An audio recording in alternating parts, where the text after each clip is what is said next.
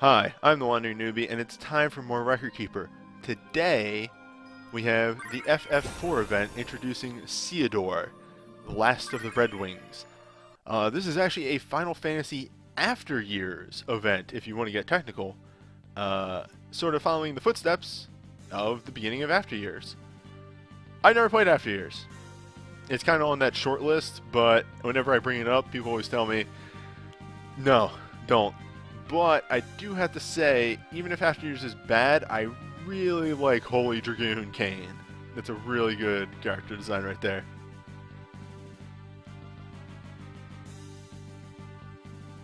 Anywho, let's start off with our boss rush.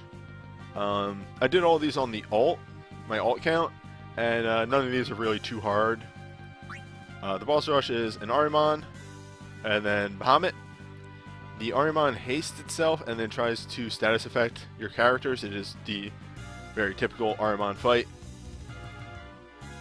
but it apparently has low defense. Bahamut, on the other hand,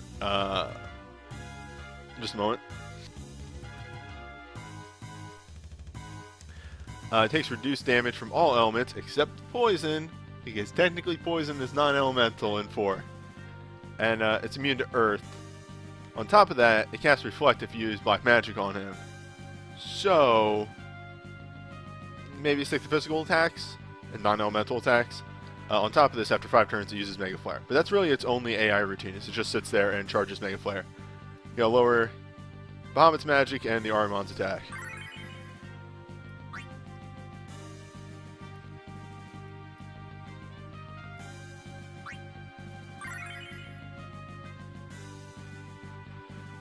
For this fight, we are bringing Cecil, Yang, Edward, Rydia, and Rosa.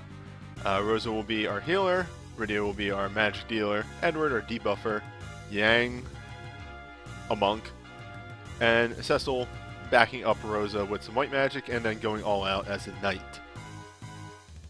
A very simple setup, but again, these fights aren't too complex.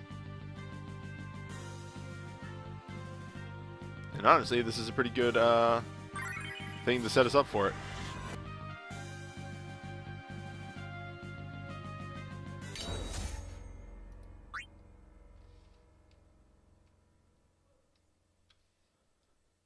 It's just in. Yang is good.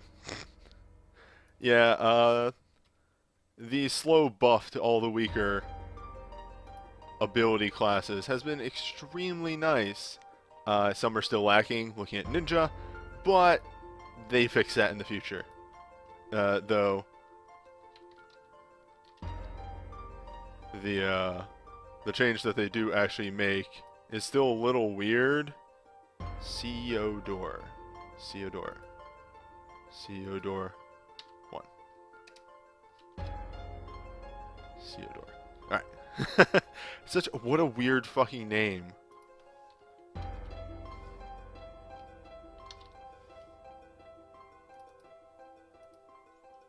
Boop. Yeah, Ninja gets fixed eventually.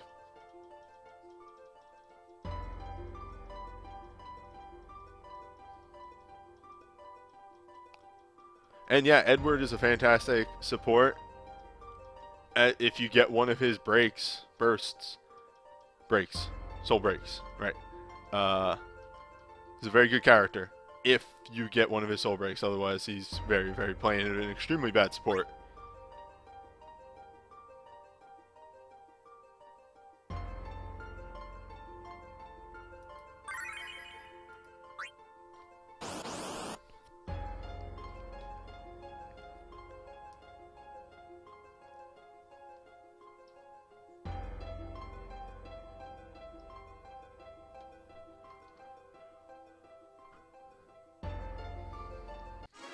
So, as stated before, wait, hold up. Okay, good. The Ahriman here likes to start off by hasting himself, but we'll do a very nice counter haste here.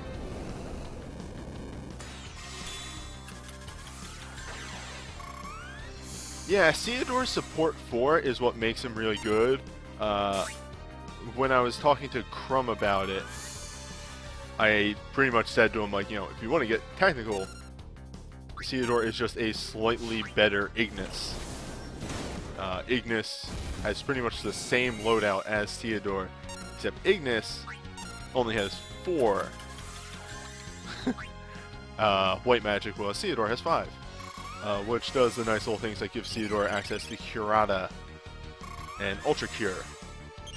Which gives him that little extra boost if you want to make him an off healer.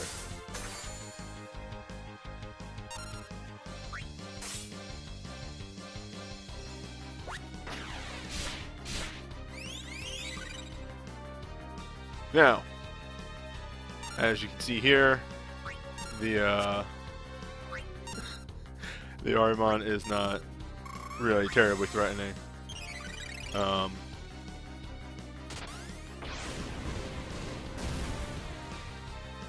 It will attempt to attack you periodically, or use Confuse, something else, Berserk maybe. But other than that, it really doesn't have very special moves.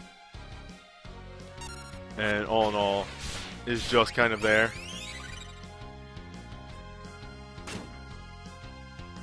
Does have that AoE hit there, but that's why I brought the Blink to play around it.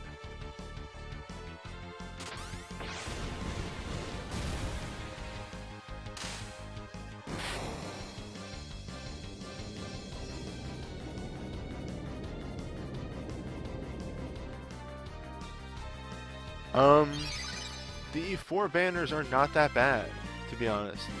I only briefly looked at the banner 1, but a lot of Theodore stuff is really nice. Like, the worst thing on there might be,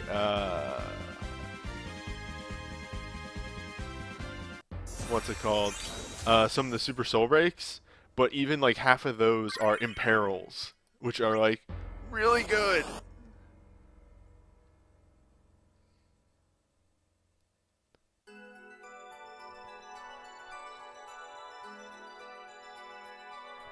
Well, this is some different music.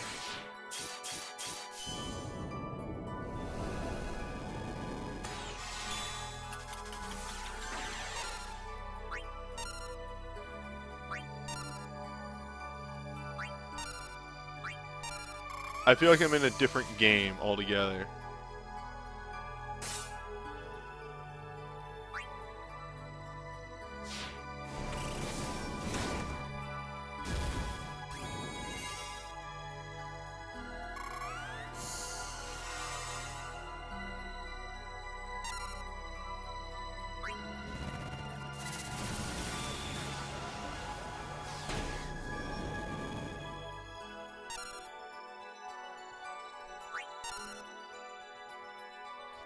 Apparently, you can poison this Bahamut. Go figure. Well, this is actually a bit of a damage race we're having right here. I don't know if we'll actually kill him before he gets the big move off.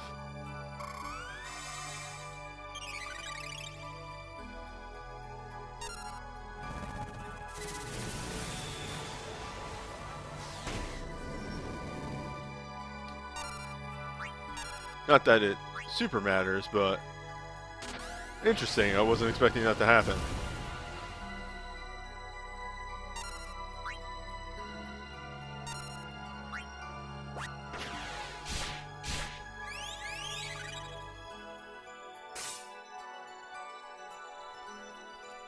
Hello, Bahamut. Cards are on the table. Let's see what you got. See if you can pull it off.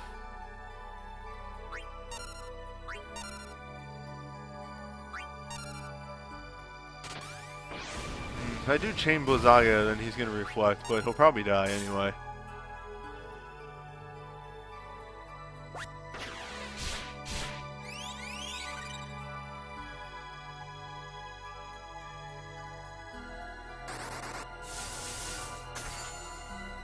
Well, I gave him a chance. But yeah, that's really the most of the Bahamut fight. He counts down the Mega Flare, then uses Mega Flare. That's about it. If you bring a Magic Blink, you can ignore him altogether.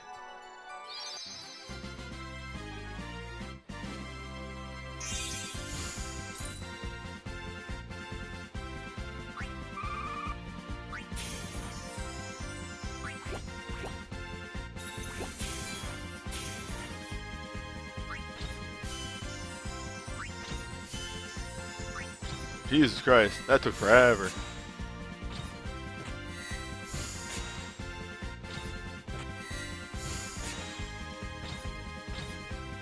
Let's bring the good boy to these other fights. Speed them up a bit.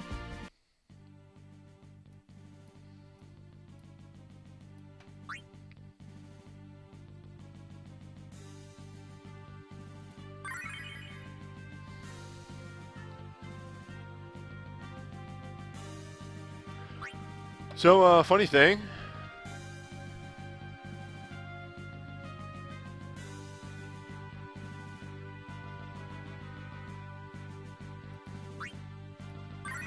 It's the same exact party.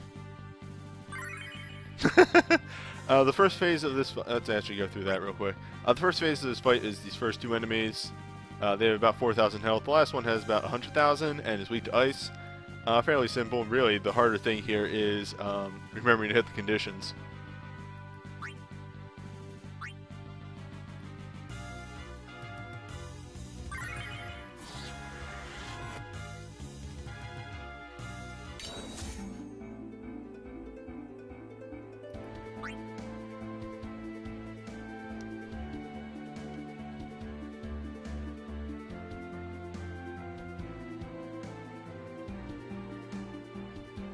Yeah, really, both of the four banners, to my understanding, are pretty good. You have to look at them and come to a conclusion of what spots do you need to fill more. I believe banner 2 is more magic-based, whereas banner 1 is more physical-based. Though banner 1 does have Theodore Break and Cane Break on it, which are both extremely good.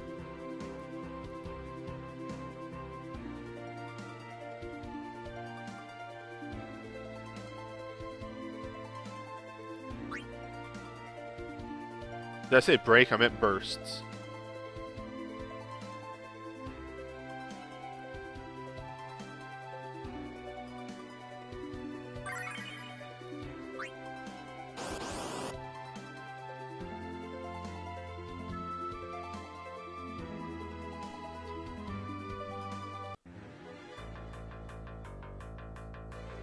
And as if to actually sort of drive home the fact that we are doing a random ass encounter.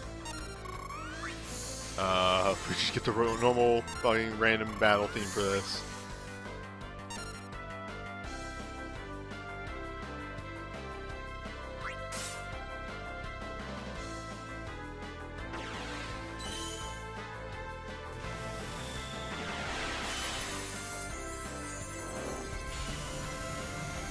I'd have to agree with Crumb. If you already have Kane's BSB, you might be better off going to Banner 2.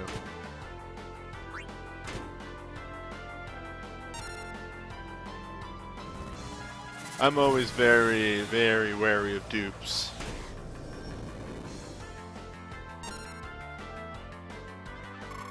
Because this is after years. They're using the DS remix stuff.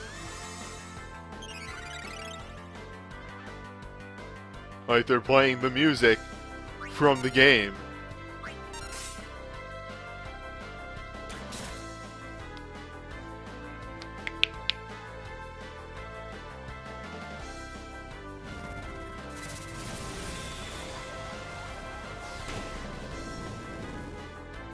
Oh, come on.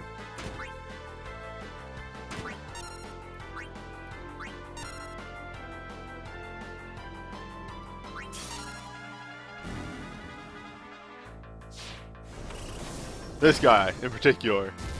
Fuck him.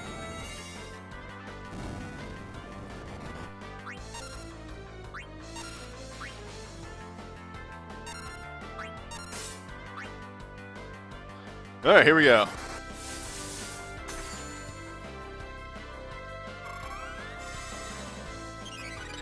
Medicas not tied to white mages are extremely good and can save your bacon in some fights. That is true, but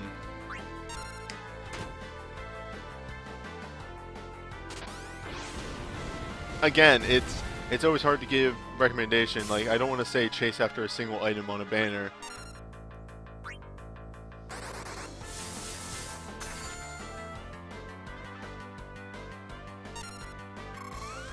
Apparently the flame aura death animation for this is really good when it dies, so let's have a watch.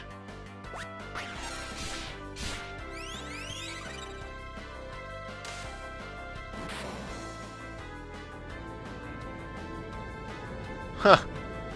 That is pretty good.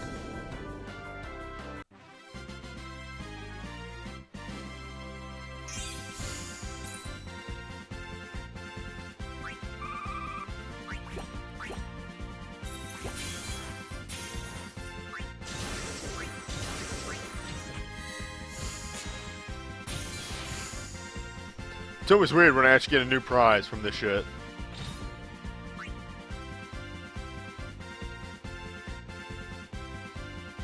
Nice! Gill Burst is fantastic. Hell yes, hell yes, hell yes, hell yes, hell yes. Kag is here.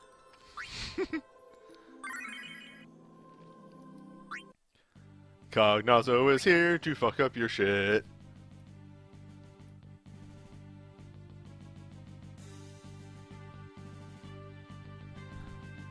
Yo, when that 15 event comes around, I want that Prompto relic where he takes a picture of the battlefield.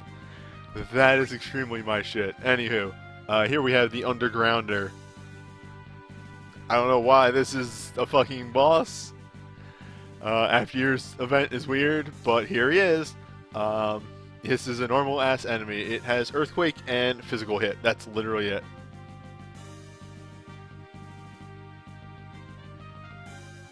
The multiplayer video that I will put up for Cognazo.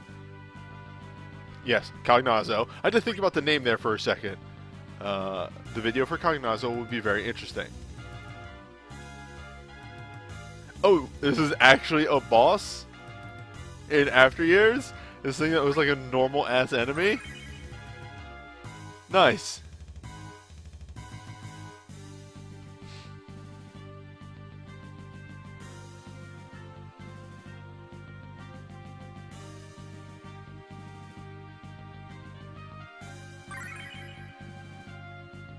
After Years is a weird game. Like, the more I hear about it, I'm just morbidly curious, and I need to experience After Years. Like, oh, that was the wrong button. I know I don't need to experience After Years, but I need to experience After Years.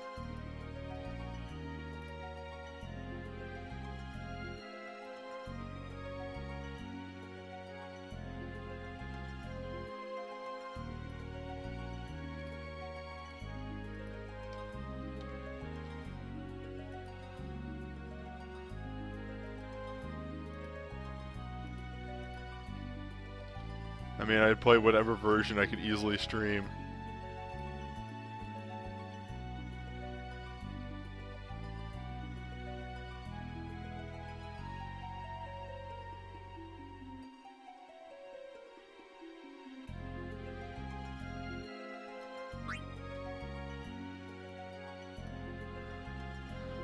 Nice! Very nice.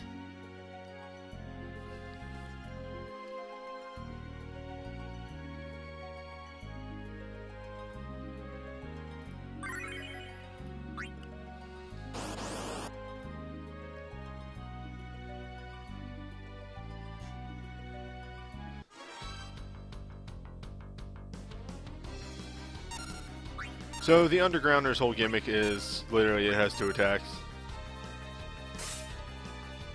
I'm trying not to just write a lot of these bosses off as absolutely nothing, but the boss is literally 2 attacks. It has a single target physical, and AoE Earthquake. That's it!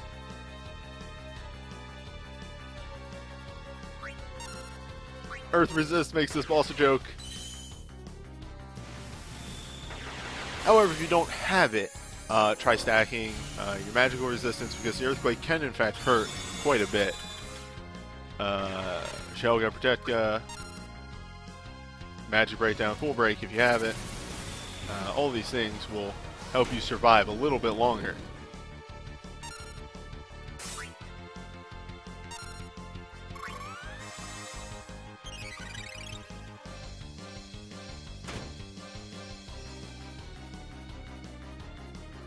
Oofa! What should I know? I just started playing Record Keeper. Don't chase after one relic. It's the big thing. Try and get your stamina up by doing the main story dungeons, and don't be afraid to try and put yourself out there in events. I did a stream a while back with a friend of mine, V Prisoner, right there. And we were able to clear the whole left side of an event day one without even doing a pull.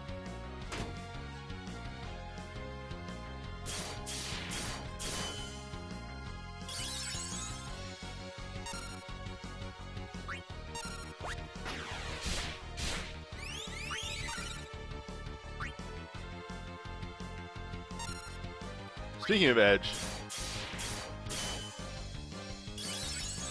Edge is living up to his ninja name and just sort of killing this thing with 1,000 cuts.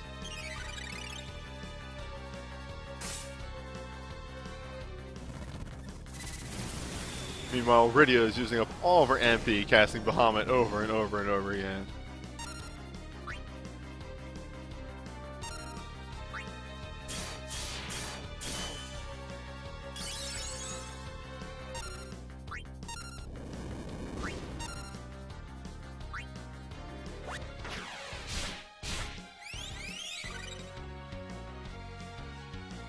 Right, and thanks to the roaming warrior system, you can generally, like, if you just get through a dungeon with your abilities and what have you, you can usually use a roaming warrior to just nuke a boss at the end.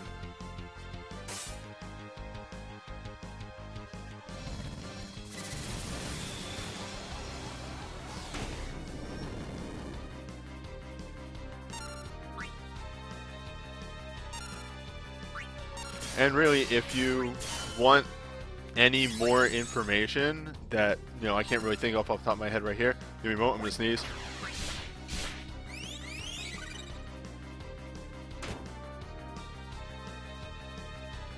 And of course, I didn't actually sneeze. If you want any more information, head over to V Prisoner's Twitch channel, and I think he separated that video as a VOD and saved it forever. It's about 2-ish hours long, but it does really go over a lot of beginner stuff.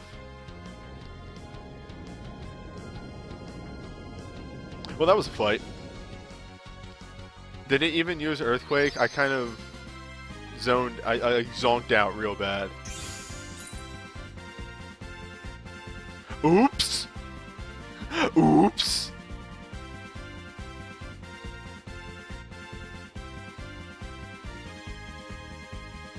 Remember to read the conditions, boys and girls.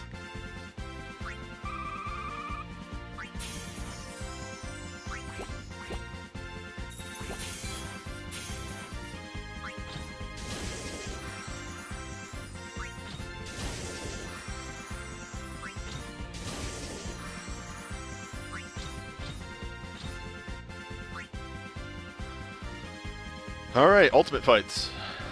Now shit gets interesting.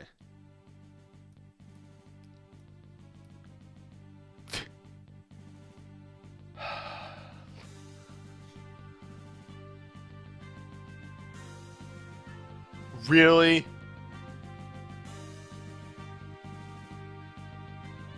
That's the name for the stage that you... Oh, God damn it.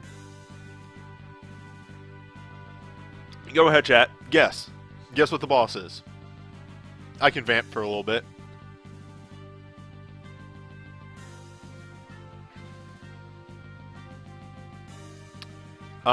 You generally want to fulfill every condition. It's usually not too hard. There are some hedge case scenarios where it's a bit harder to hit the condition, but you generally want to hit the conditions. That was actually, that scenario there with the triple plus was me fucking up. Anywho, we've vamped long enough. Original sin is, of course, a biblical reference. Hell yeah!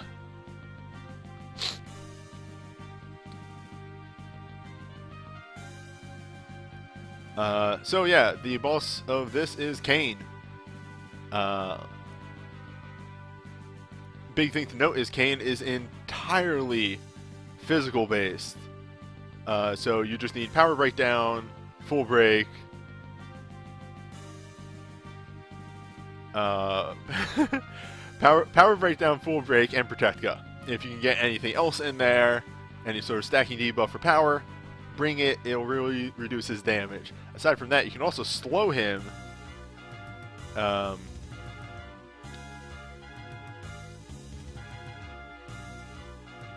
Which will give you much more thinking time. And yeah, Emrite has the point there. If I had taken too long killing that boss or taken too much damage, would have lost the medal, wouldn't have mastered the fight.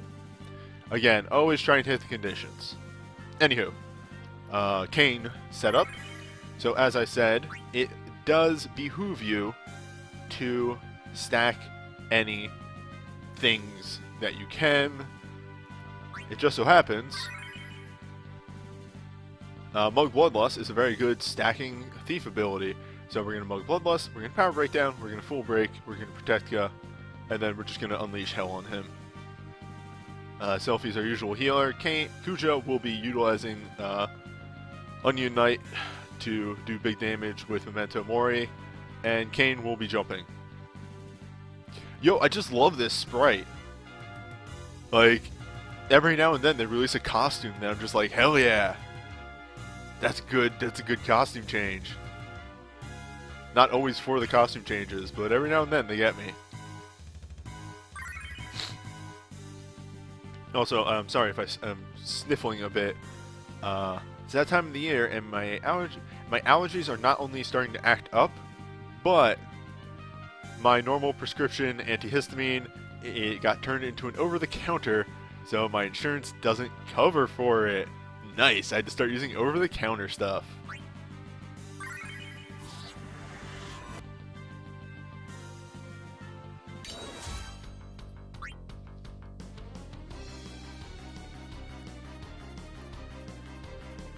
I'm not even kidding, like, it went up $60. Like, I came in and like, so, you got my medicine? I got a weird call, and they're like, oh, no, actually it went from $11 to $75, and I'm like, I'll buy something for $20. Thanks.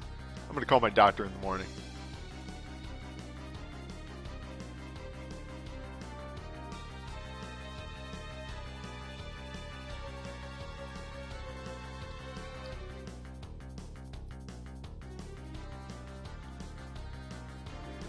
And actually, before I get into these main videos that I usually split up and upload separately, I'm gonna go grab those tissues I bought and blow my nose real quick.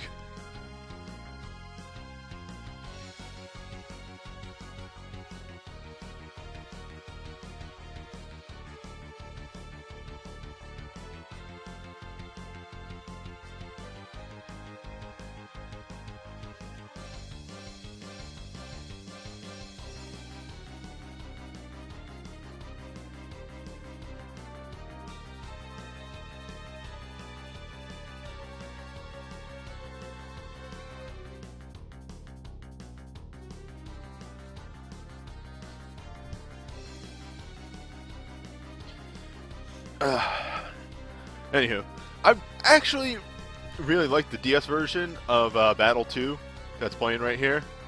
I just like this. This like really bassy thing going on in the background. Just, well, it's like a bass guitar. Just having a time in the background.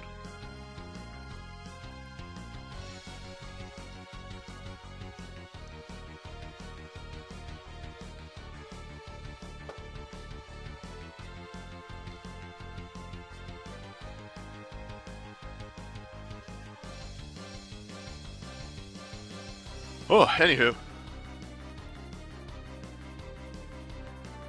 Make sure everything's still going. Nice, nice, nice, nice. Oh yeah, and then this scene in the background where you have the masked man, wonder who he could be, versus Kane. Which is why this Kane is actually different colors.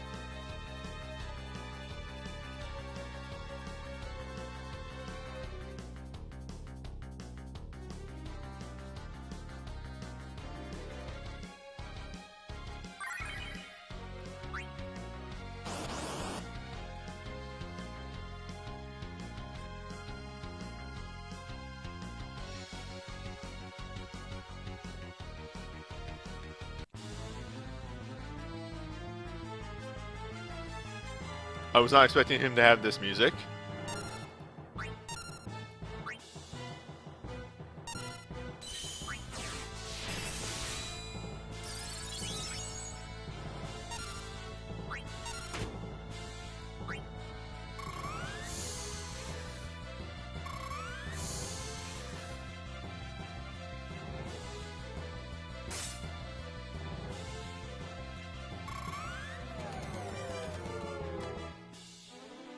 Yeah, he's a fiend?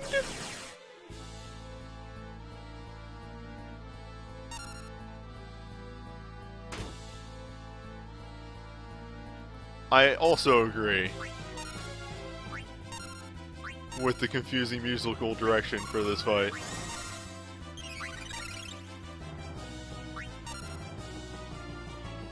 Yeah, you slow him.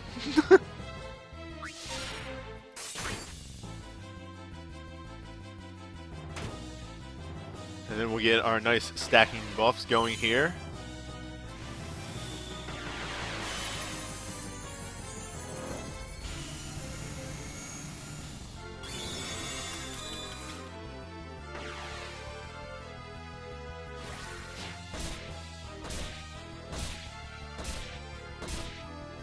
Yep, just a nice easy 2.25k.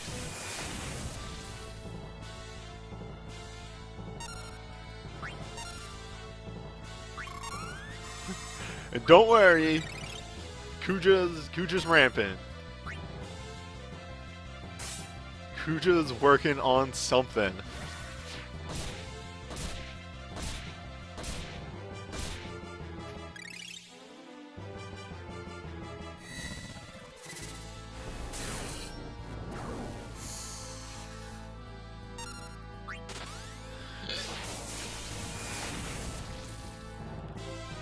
My mic might have been muted. I don't even know anymore.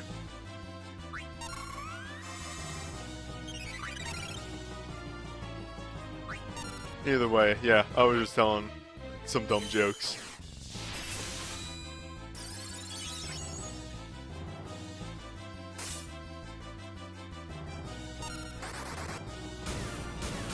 And now Kuja is a destroyer of worlds, as he should be.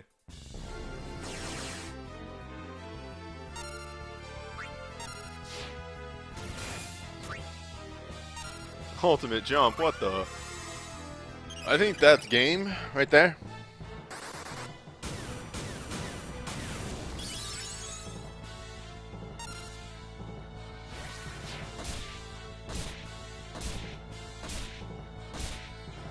Yeah, there you go. Plain and simple. Easy.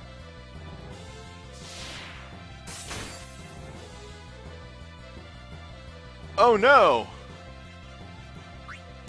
You know, this is sort of very suitable.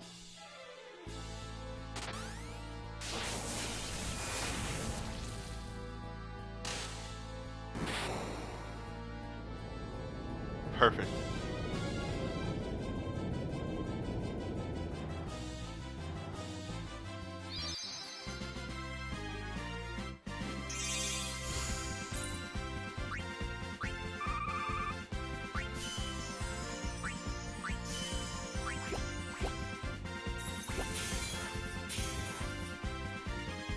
By the way, was I muted for the beginning of that fight? Because I think I was.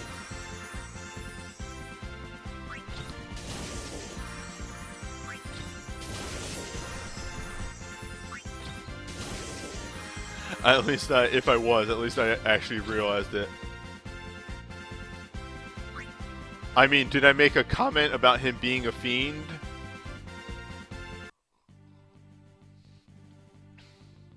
And if you can't remember, then my commentary isn't good enough.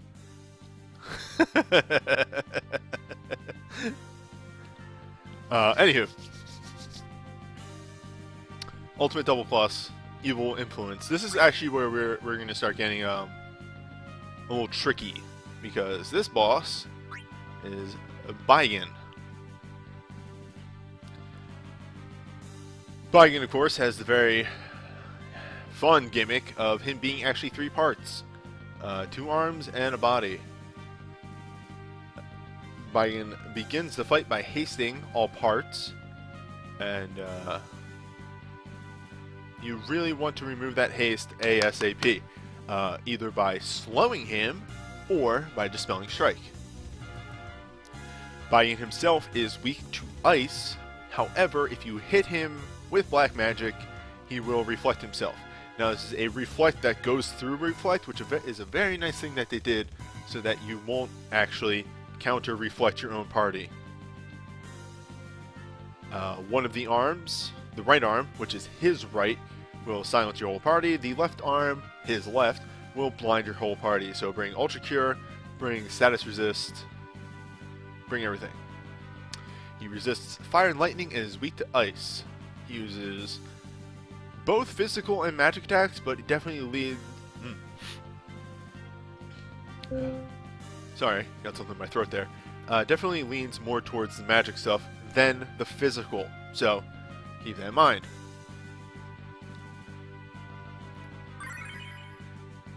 Now, I'm going to be utilizing something that we haven't actually done in a little bit of time.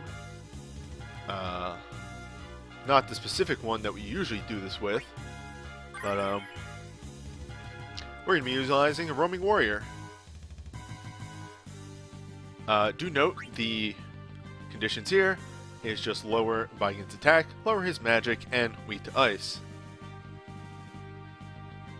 The boss's damage is primarily magic. Both the arms and himself do physical attacks, but his magic is way more deadly. On top of this, the one thing I didn't mention, if you defeat the body and there are any arms still alive, they will self-destruct, dealing 9,999 damage to a hero. What if we killed him fast enough that that didn't fucking matter? Whoops.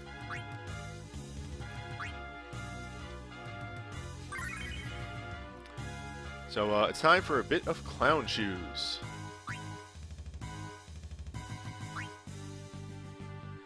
You know, I follow enough. Whoops. That was entirely the wrong button.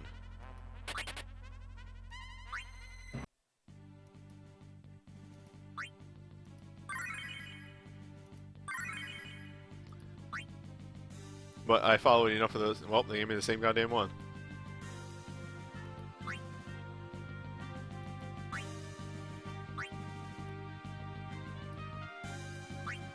Well, whatever. Speaking of honking.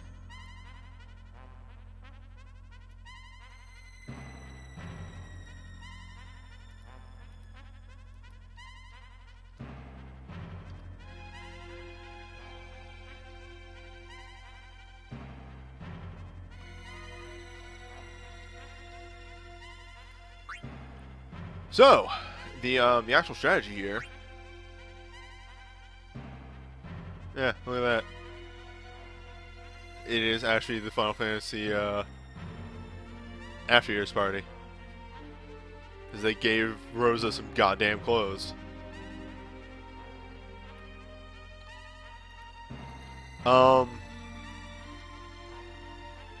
I'm just gonna let it play out.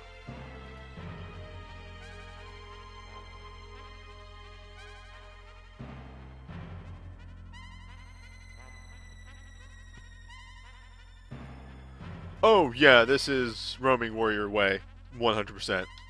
I could not think of a very feasible way, because Baigen just has so many stupid mechanics going on, that I just went, what if I fucking murder the shit out of him?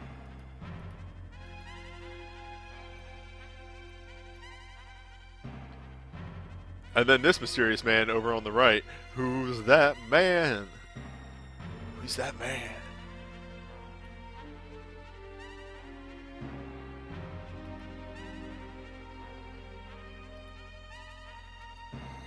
Okay.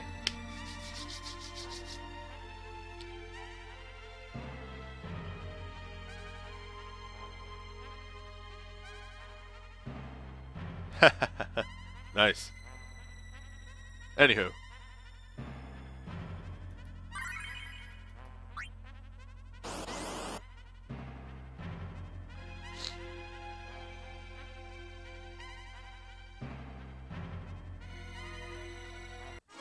Okay, so this is going to be a bit execution heavy, but first things first, we need to get Protector up. We want to slow the main body now, and we are going to faith ourselves. Magic down the main body. Perfect timing there. And Shoga. Now, Thunder God Wei gives Kuja ridiculous casting time. So even though he does not have haste, he still gets his moves off real fast.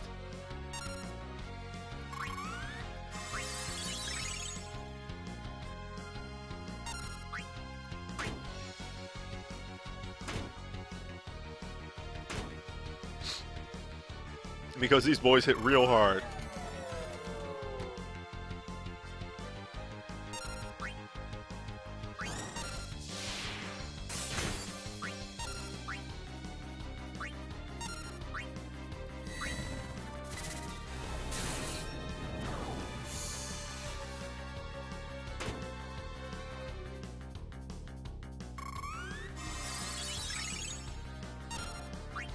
So far, so good, though.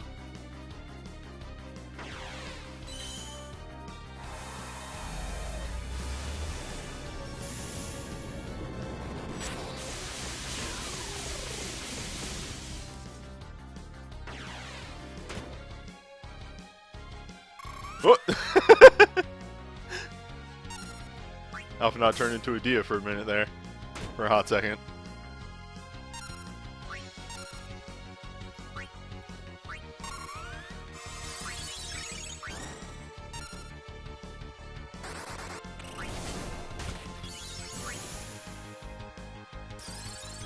Yeah, so that's his counter reflect. Luckily, this being a mage burst, they do actually hit, well, don't want to generalize here, but this is one of the mage bursts that, nice, hits through, fuck. I forgot, she actually has a spell. Noted for Sid mission version.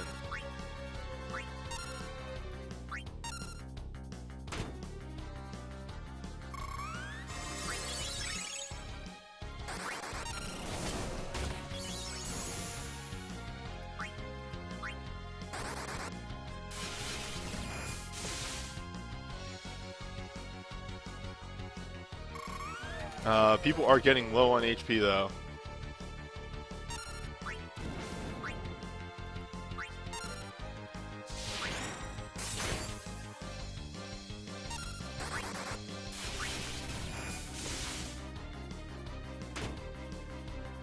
Oofa! Yeah. Alright. We should be fine. Even with Kuja down. We should be good to go.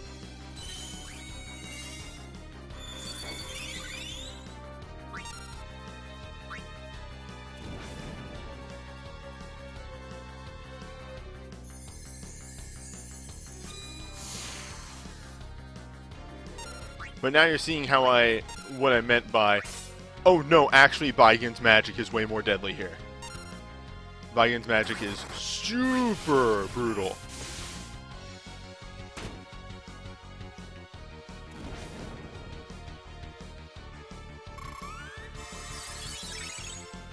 He casts every element, but he only casts AoE fire.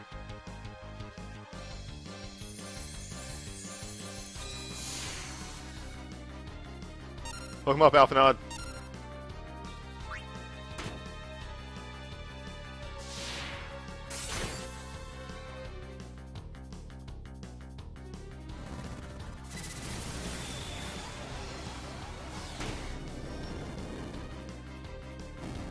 Uh-oh, I left the arms up.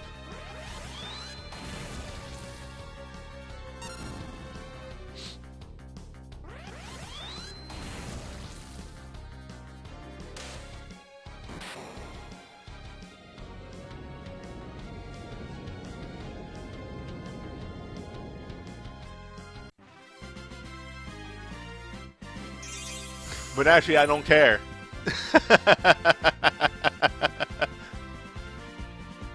Still counts.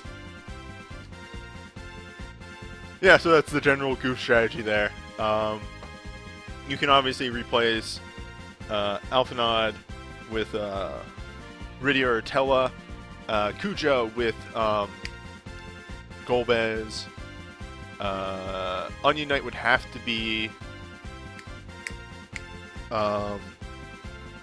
Edward. Celis would be Cecil, and Selphie, your white mage of choice, but that works really well.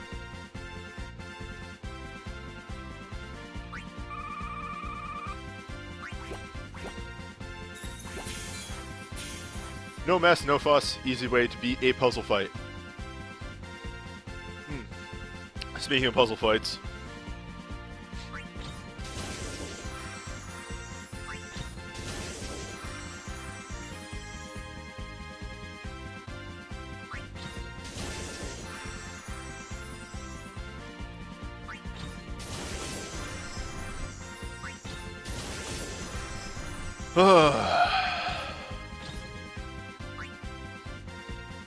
fuck. Anyway, let's get to pain. I'm actually curious. What does the accessory give us? Attack and slow resistance. Okay.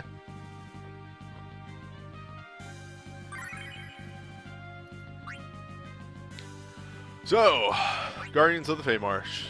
Apocalypse +2 is Leviathan and Asura. You may remember this as one of the worst ultimate double pluses.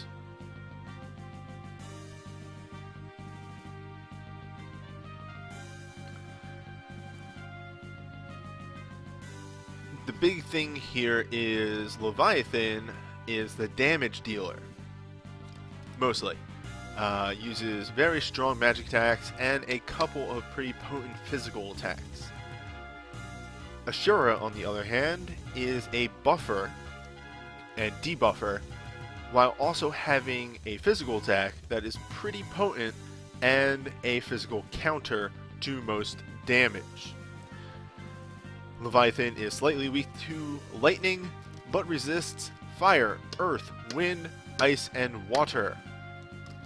On the other hand, Asura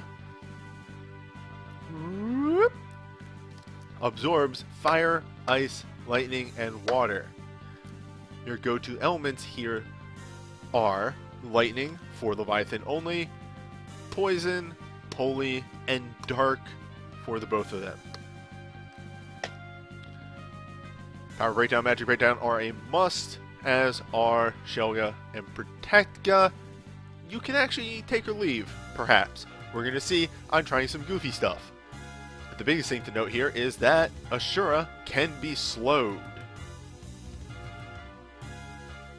Also, you should definitely beat Asura first. 100% kill Asura first. Otherwise, she revives Leviathan. Do not kill Leviathan first. That is foolish. Don't do that. Nope, don't. Just don't.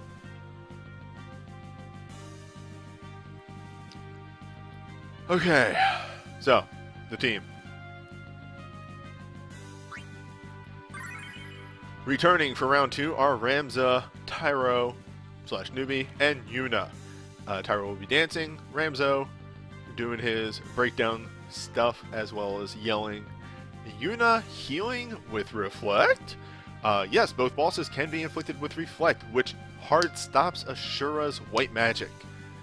Corellia, on the other hand, has a Saint's Cross and a very potent Holy Sword, as well as Shelya for Leviathan's later magic. Lightning, up top, has a Tempo Flurry to slow Asura, and Full Charge to dish out damage.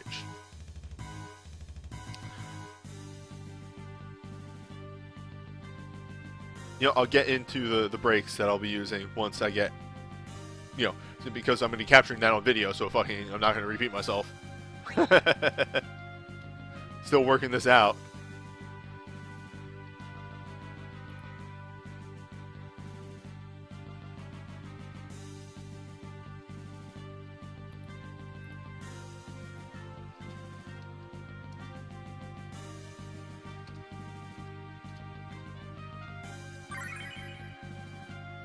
Now. Fuck. I knew I was forgetting to do something. I didn't grab the roaming warriors that I'm going to use.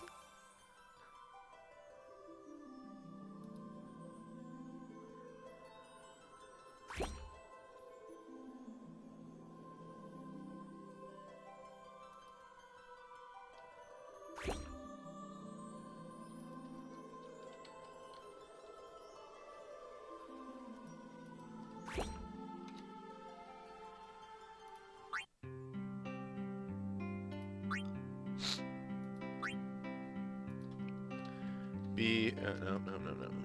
ZGPW. That's right, baby. It's Indomitable. Indomitable shuts down Asura's offensive magic. Well, support magic. To an extent. It doesn't stop the buffs, but that's what Reflect is for. So Reflect stops the buffs, and Dom stops the debuffs. This makes Asura more or less a non-threat outside of their physical attacks. 5 should be good.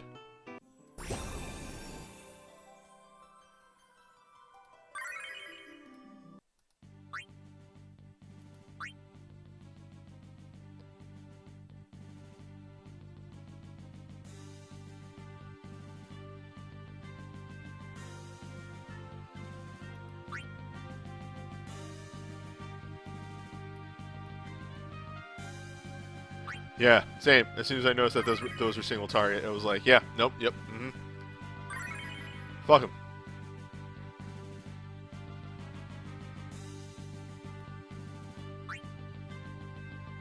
Perfect.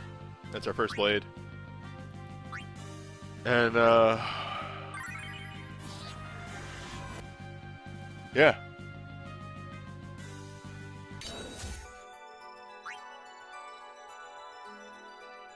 Oh, it's that weird music again.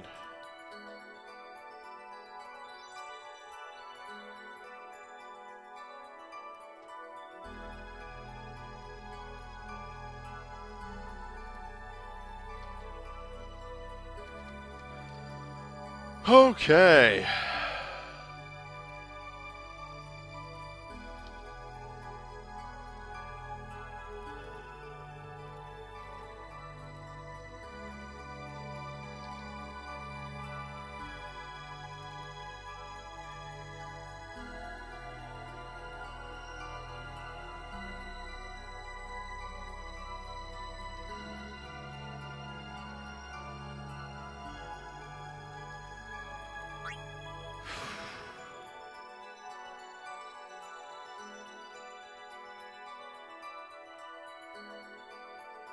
Hi, welcome to the Apocalypse Plus. As is standard now, we're going to show off the breaks that we'll be using. Lightning up top will not be bringing all this. I forgot to adjust these properly. Whatever. She will be bringing Lightning Strikes. If you're not familiar, it is an 8-ranged physical lightning, non-elemental attack to all targets and temporarily infuse the user with the power of lightning. Very, very nice. Corellia will be bringing Swift Blade, which is a 6-hit, wholly non-elemental, Medica, percentile-based, and Asuna.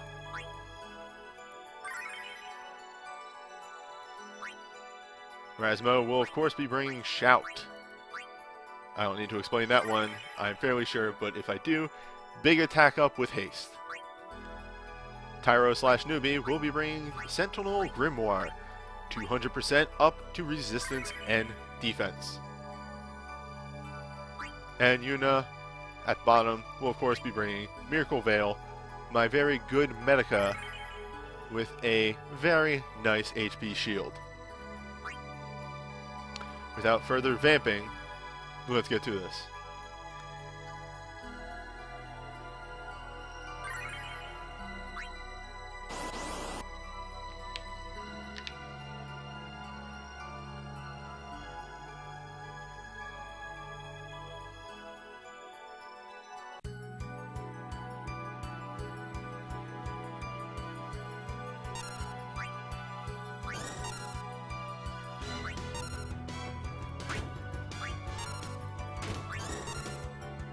Nice. Asura starts off with physical attack, which means she doesn't get to buff Leviathan. That was the main thing I really wanted to avoid.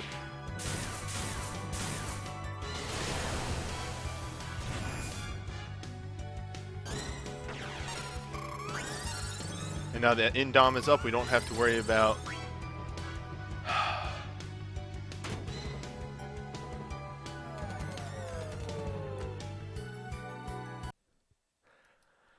Well, now we know what happens if you dual cast Reflect.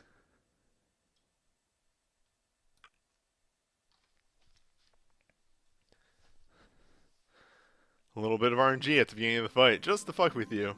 Tiny bit.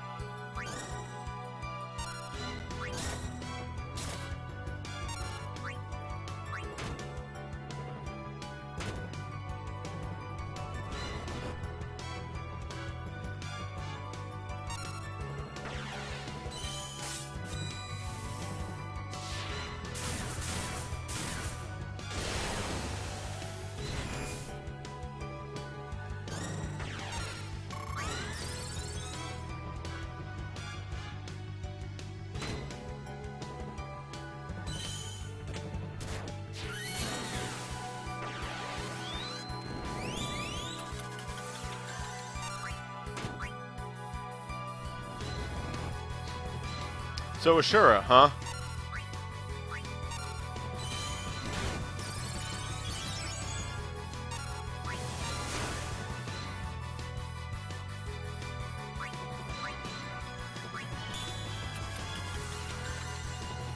Oh, come on. Christ.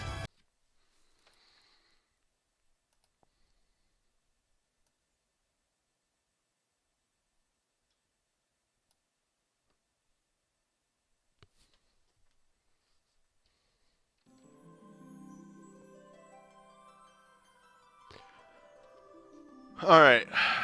There was one adjustment that I did consider a possibility, because we knew Asura hits like a truck. However, I'd like to give it a couple attempts before doing that, because I think that the armor breakdown is going to give a very needed big increase to damage. So have at it.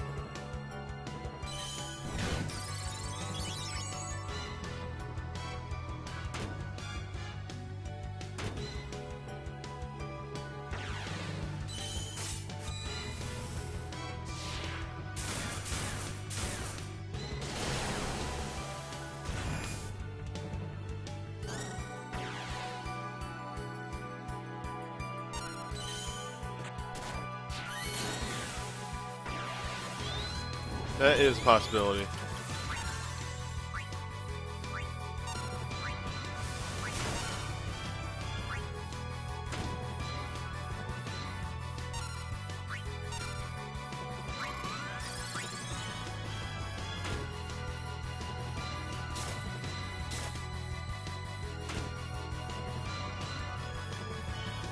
Nice, you got the slow again.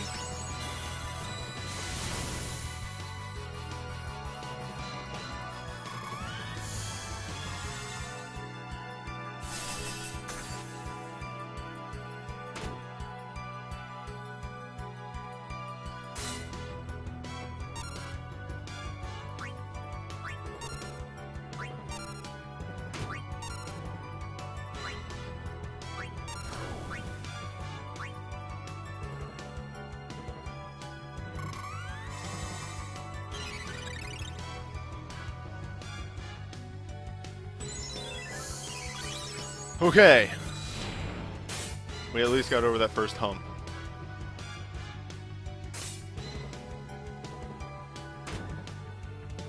Still dealing a lot of damage. I do not like that.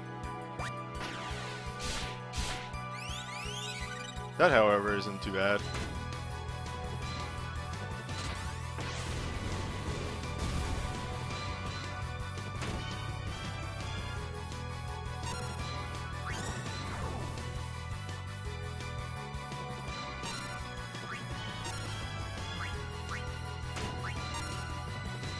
Oh boy.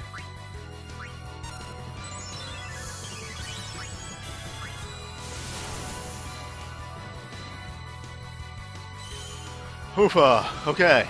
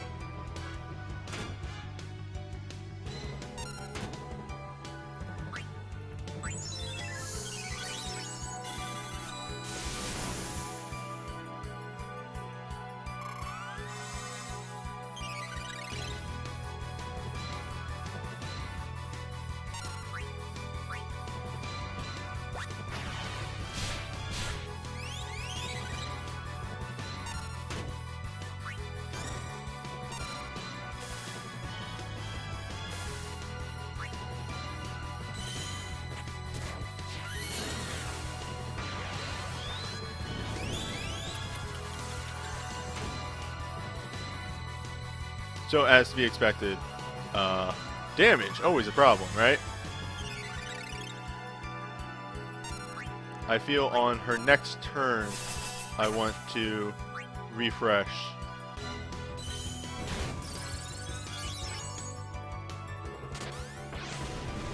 Indom.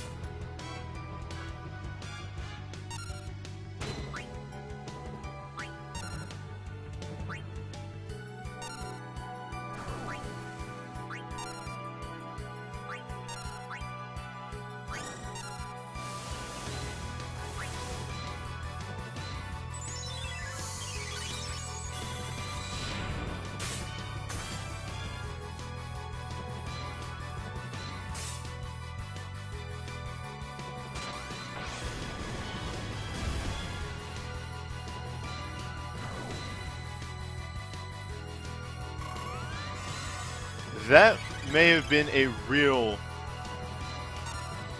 dispel.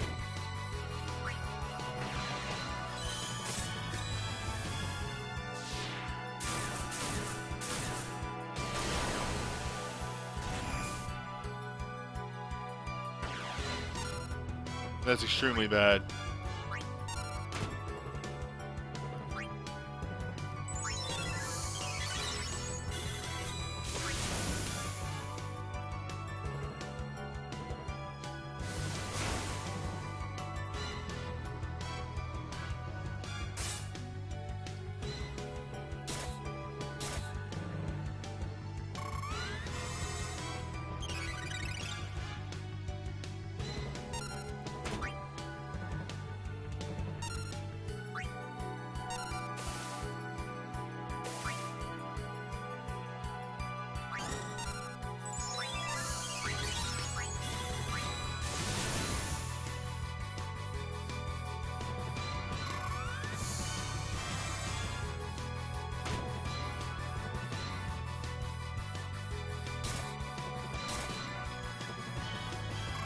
Hoofa! Oh!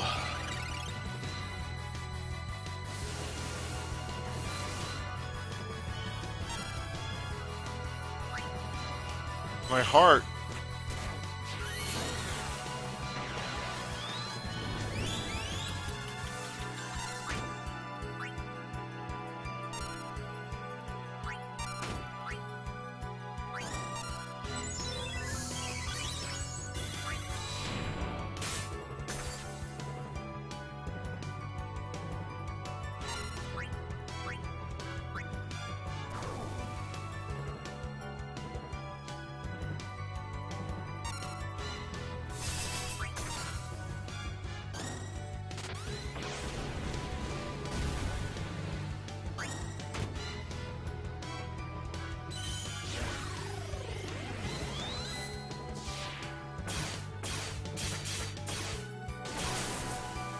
Fuck yeah.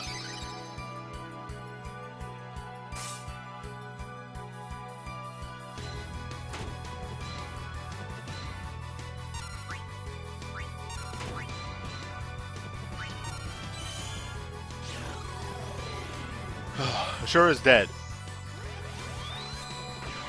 This is insurance right here.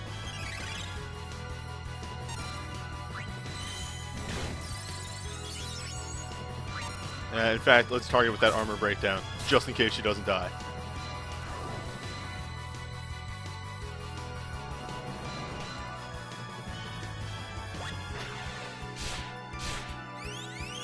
One down!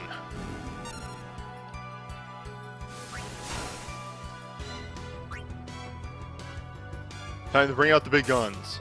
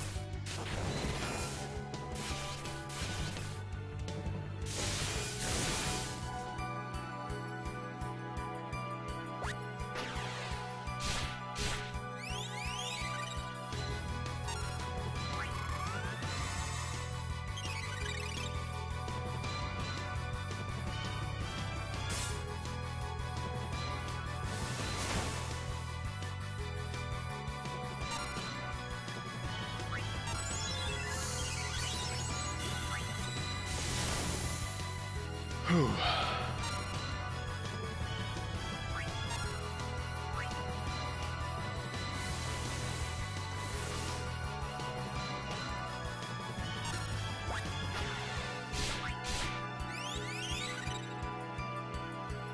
Yeah, the mag booster is pretty alright on her.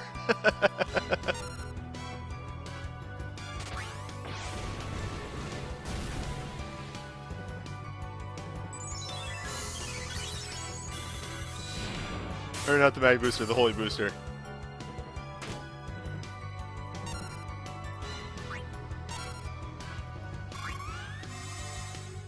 Okay,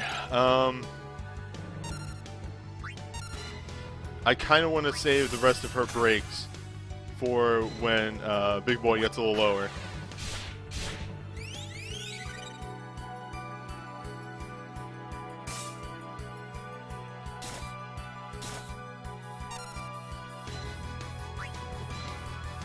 Am I playing conservatively? Maybe.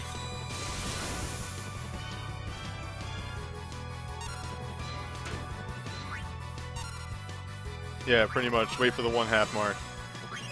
Oh, shit! I probably need to really refresh Shout right there.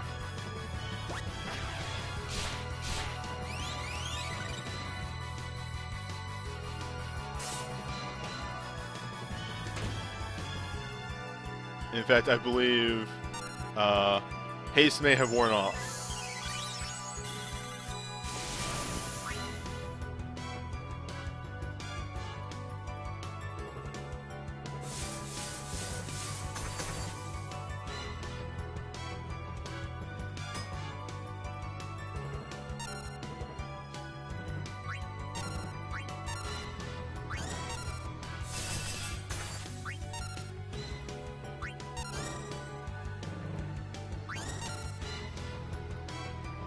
Oh no, Holy Move is going to go off just before.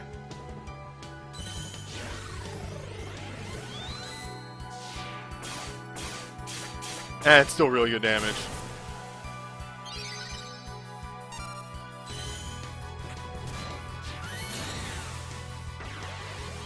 You know what? Just to actually have her use a turn, I am applying Reflect to Leviathan.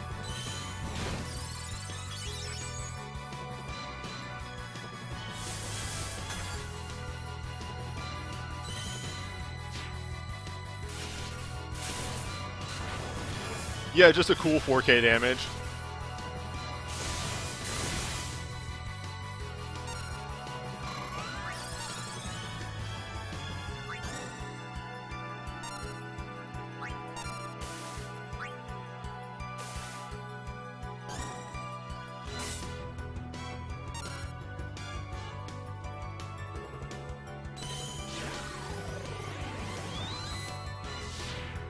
That's more like it.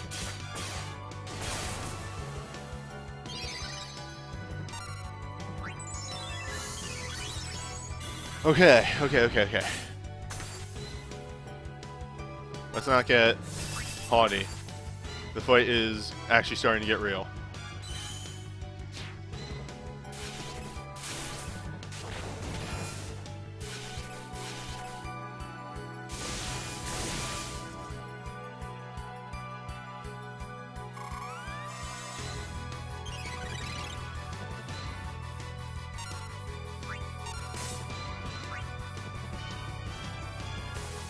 Oh, I'm aware that his damage went up.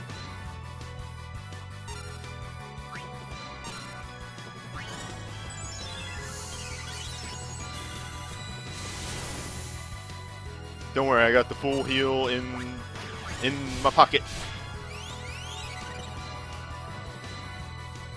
The nice thing is that Corellia's damage has never gone away.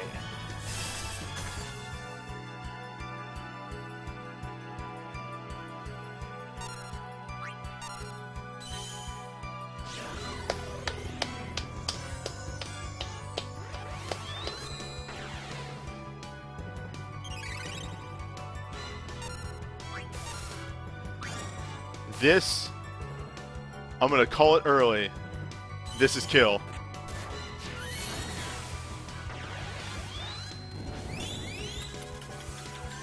I'm actually starting to jam to this music.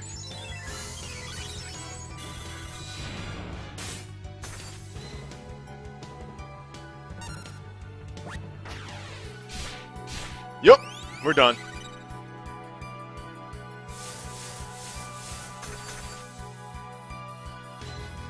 Newbie out.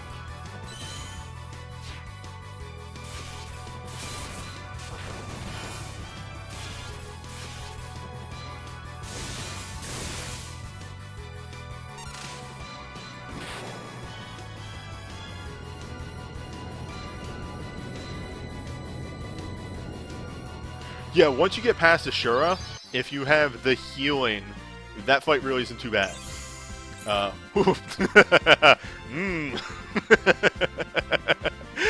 But I digress. Asura is really the scary part of that fight.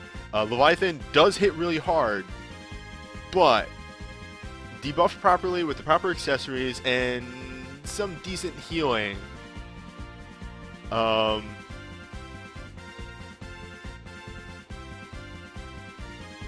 Like, Leviathan's pretty easy to handle. That said, I, of course, once again, had a very good setup for this. I had a very nice lightning burst, or break, that just let me do a lot of the damage to Asura, or Leviathan. And the very big 8-star Holy Booster sword that I have isn't nothing to laugh at.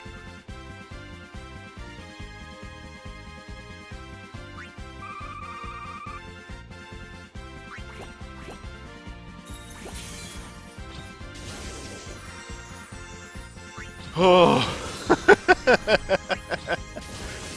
Oh, Jesus Christ. I was putting on a brave face, but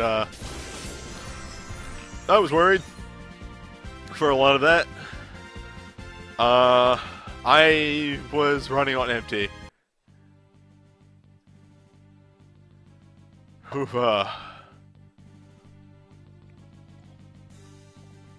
let's do a Sid mission.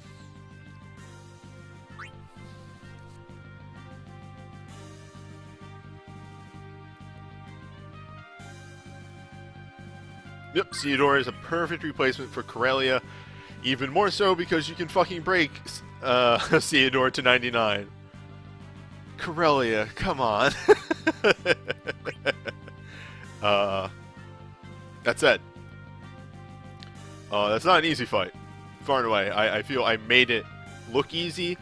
I don't know if I could pull it off with somebody else in Corellia's place. Just doing damage and only using Yuna's Medica. I went a little overkill because... Fuck, it does damage and it heals, you know? It was kind of the perfect place to just, like, stick her in. Yuna really didn't do much in the latter half of that fight. So I do think that if Yuna only was healing, it's possible. It's doable.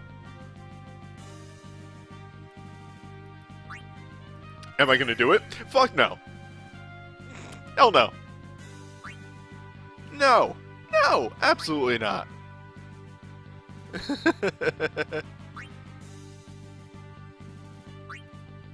Not making the same mistake twice.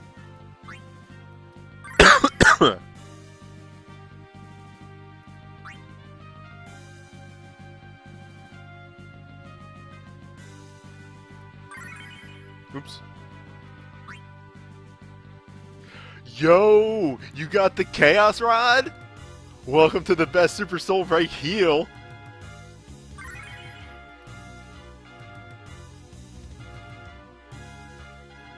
Hell yeah.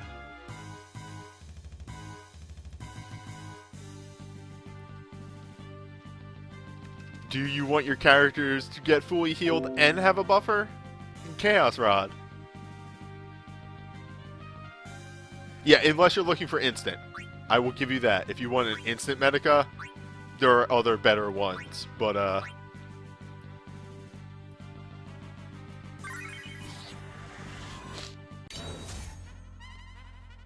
oh yeah, Arcs with the physical blink is really good.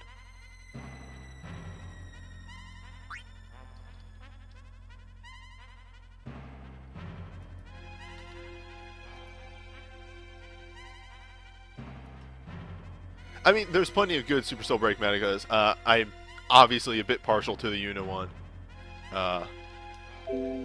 But it's definitely, like, top 5. Easily. Easily top 5.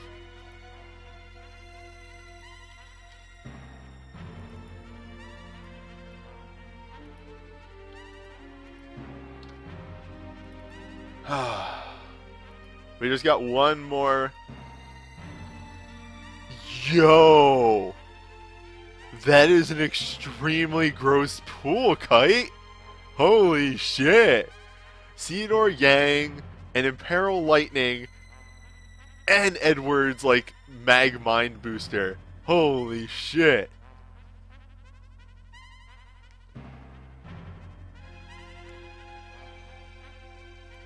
That's disgusting. That's illegal. You're going to jail.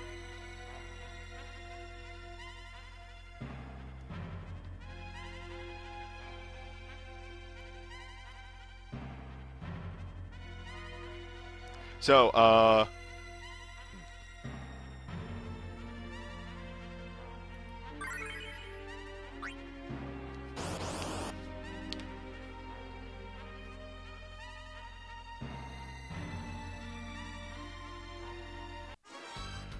the sim mission version of this fight should go pretty similarly. I kind of built my party almost the exact same way. That should be just enough time right there. I think Rydia can Faith? Nope. Alright, well, she's just gonna go into it then.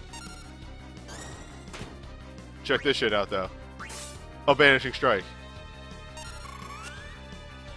Okay, that's less than good.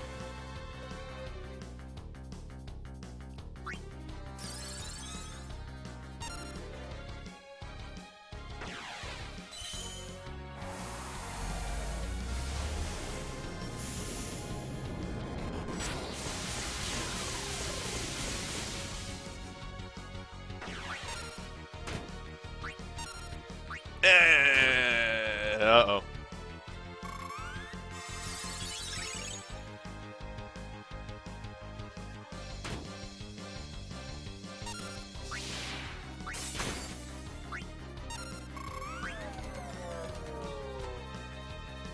Let's see if we can still pull this off.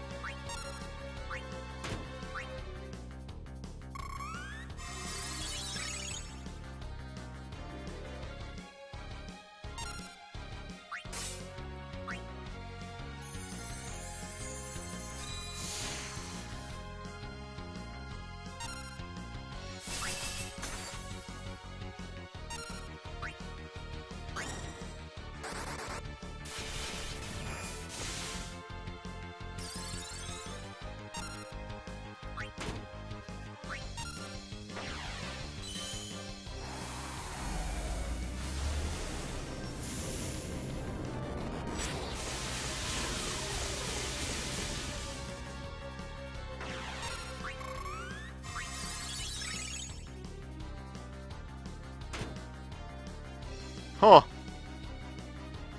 Why is he hitting so much harder? Just lower statted dudes?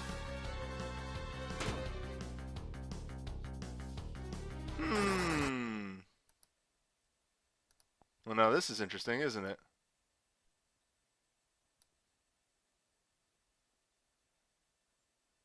They're all in the back row, right?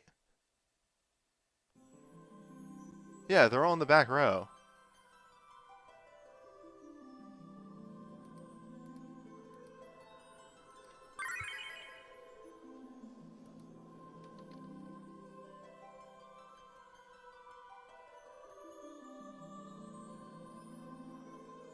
Are they in the back row?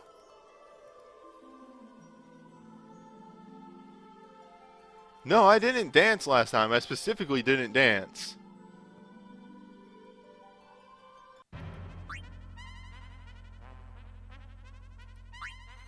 Yeah, everybody's in the back row. Maybe it was just Baigen going super fast.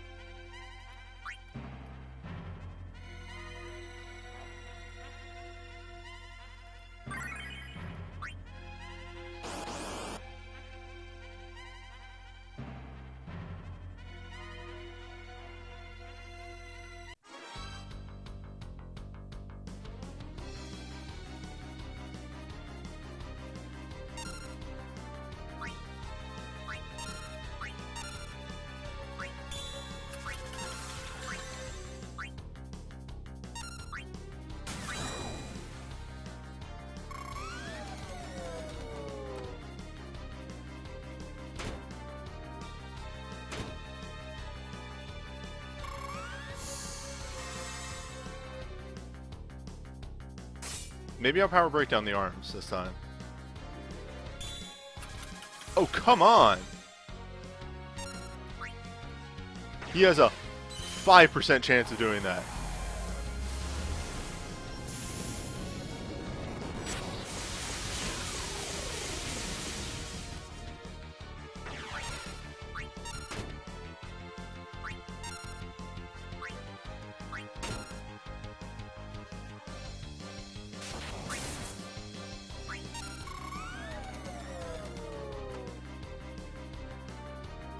I don't know. Why are the arms separate creatures? They have minds of their own.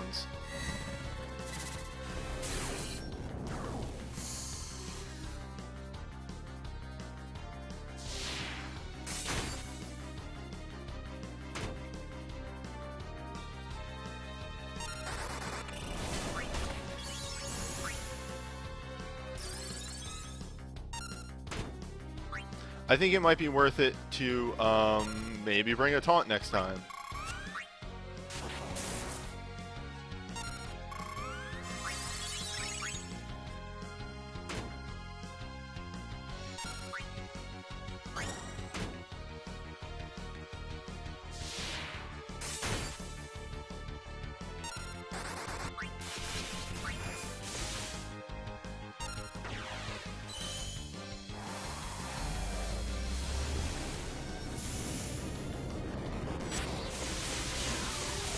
Wow, this is bizarre how hard it is.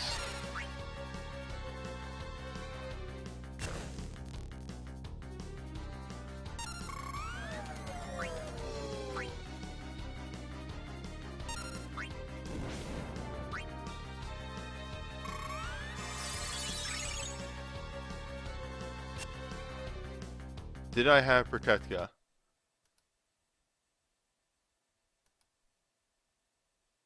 Did I have...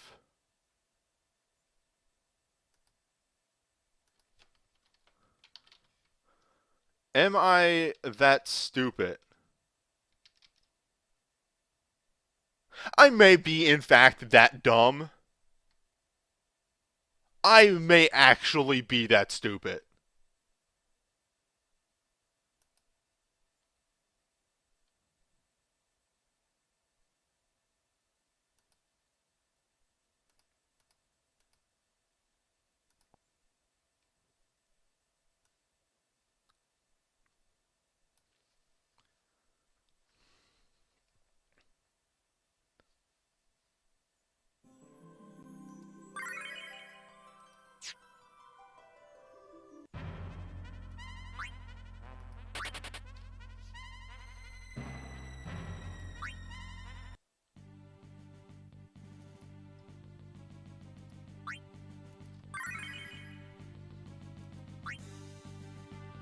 Yeah, Memento is stupid.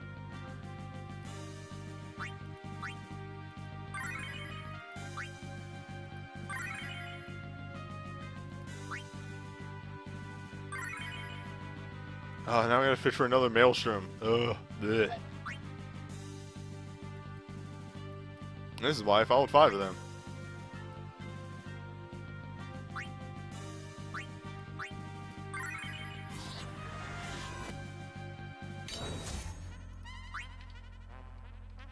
I can't believe I'm actually that stupid, though.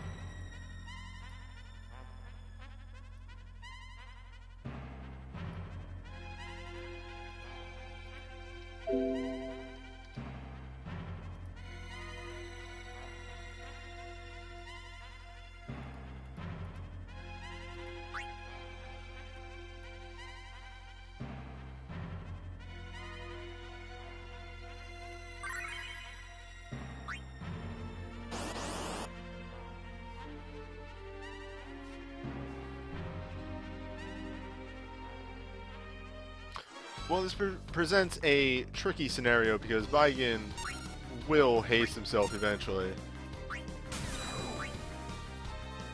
Kind of jumped the gun there a bit with my boy. Once again, jumping the gun with the boy.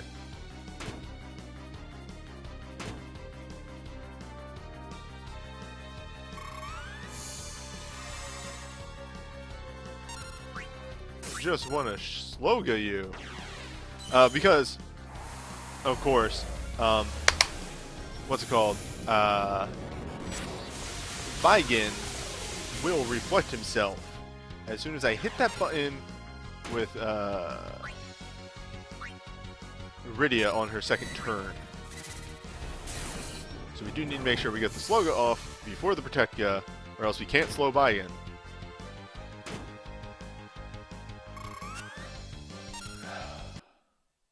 Game, you're really not making this easy.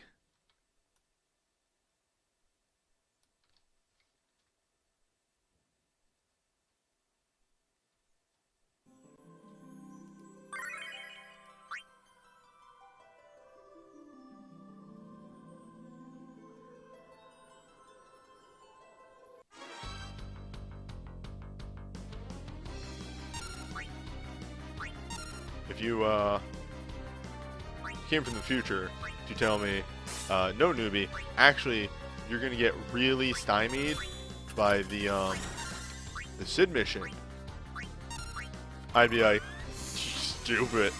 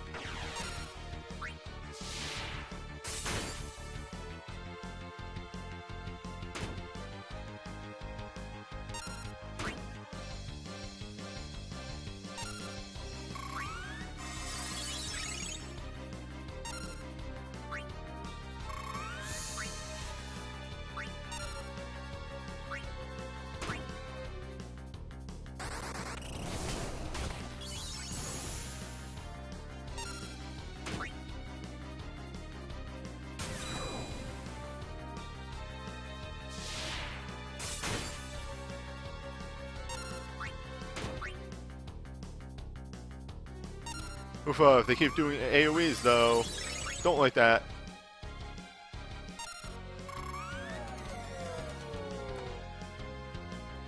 Nope, don't like that very much at all.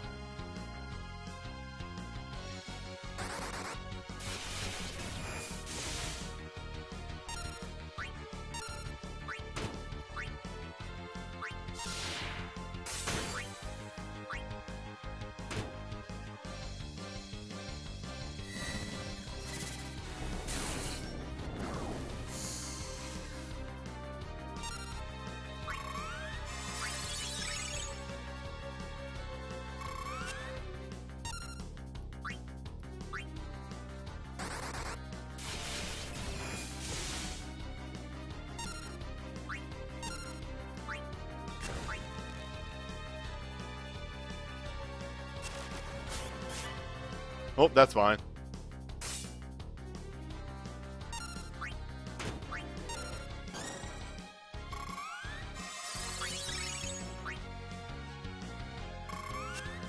Oh my god.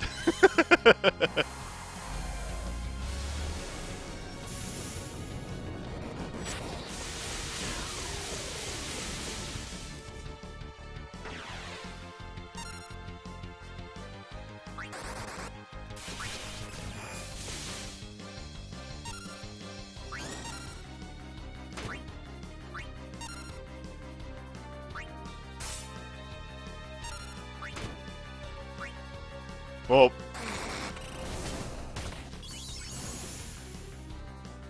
I'll be fine.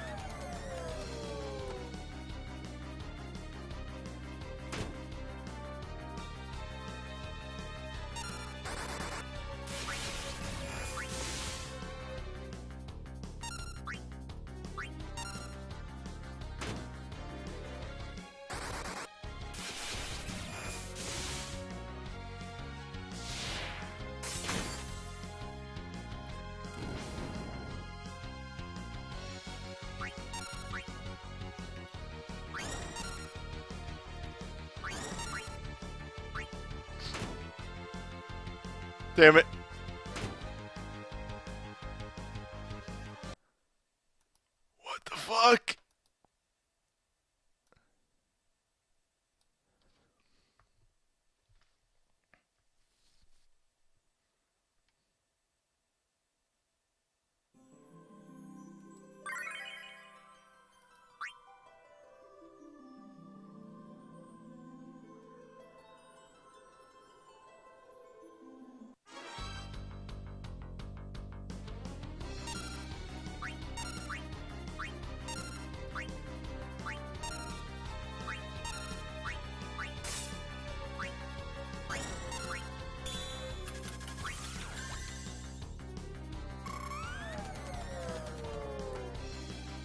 Yeah, I cannot believe that this is what is stymieing me.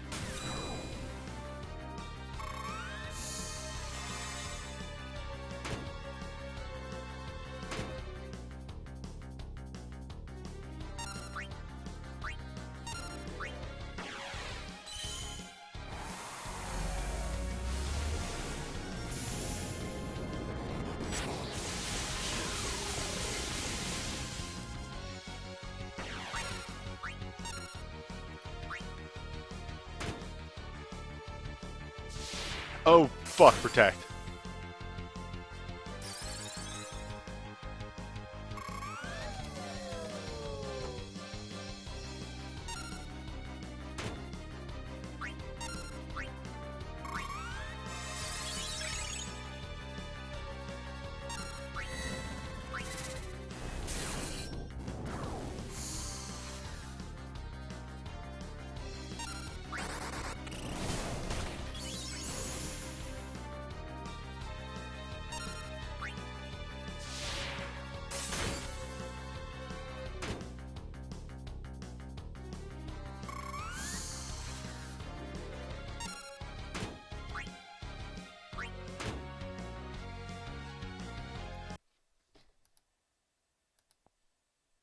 Well, there's your problem with a mage strategy. Mages have too little health.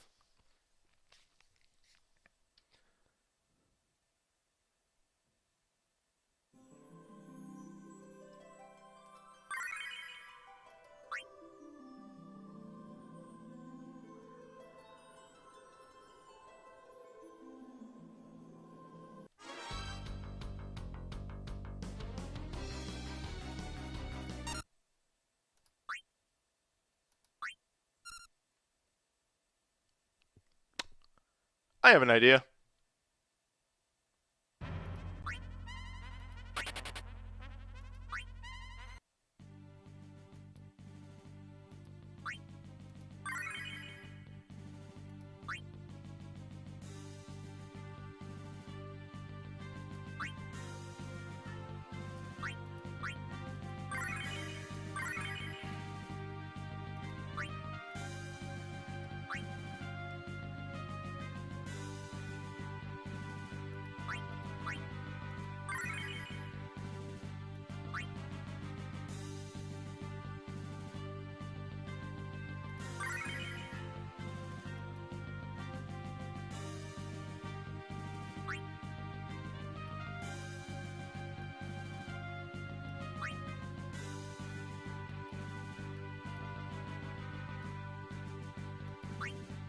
No, I've switched them around because obviously the one is way more important than the other, as I am learning. And now I'm just fucking not getting a maelstrom. Oh, it's not even that Porum has higher mind. It's just that what does Porum do on the first turn? Cast Shellga. When is Shellga like actually relevant? Like turn 4.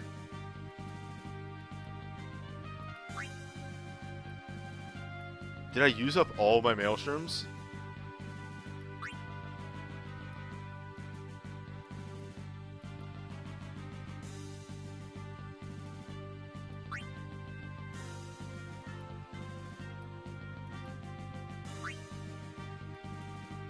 This should not have ended up as hard as it is.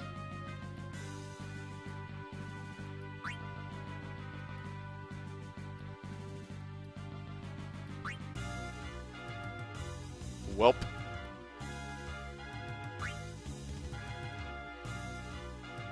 Oh, there we go. Cool.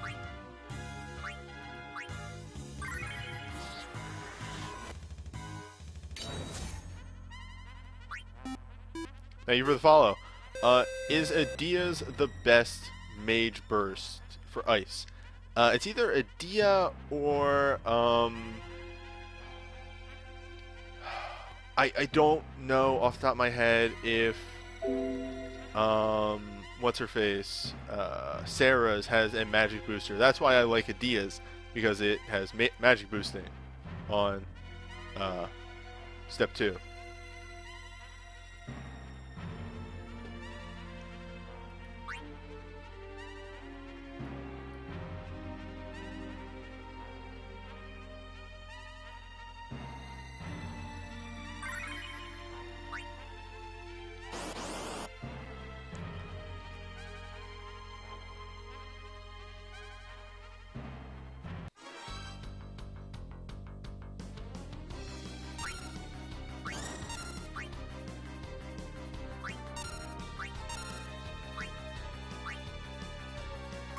piss.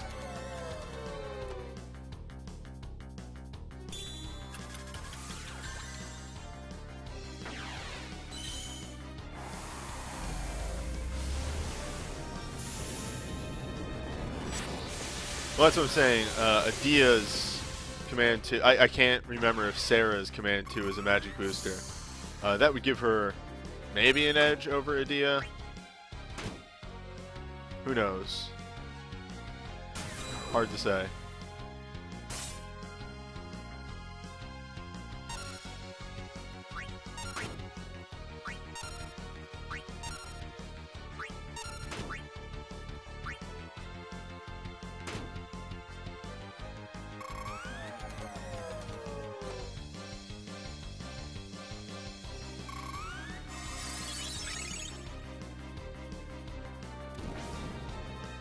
Fucking, are you kidding me? Fuck off, Baigan. What do you want from me?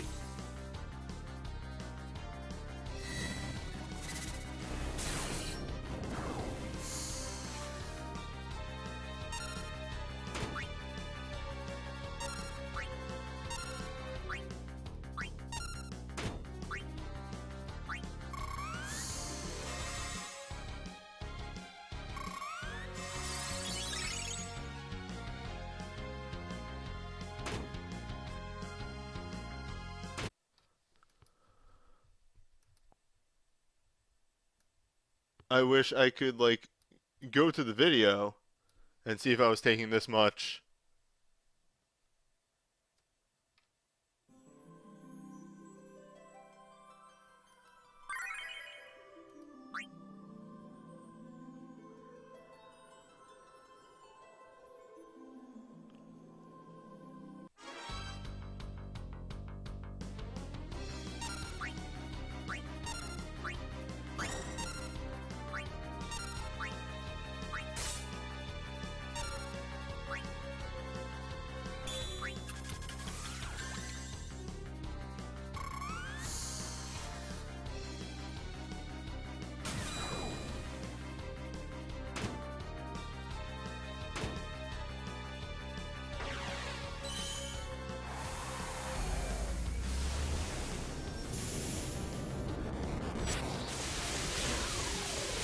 You know, if this doesn't work, I have an idea for the next attempt.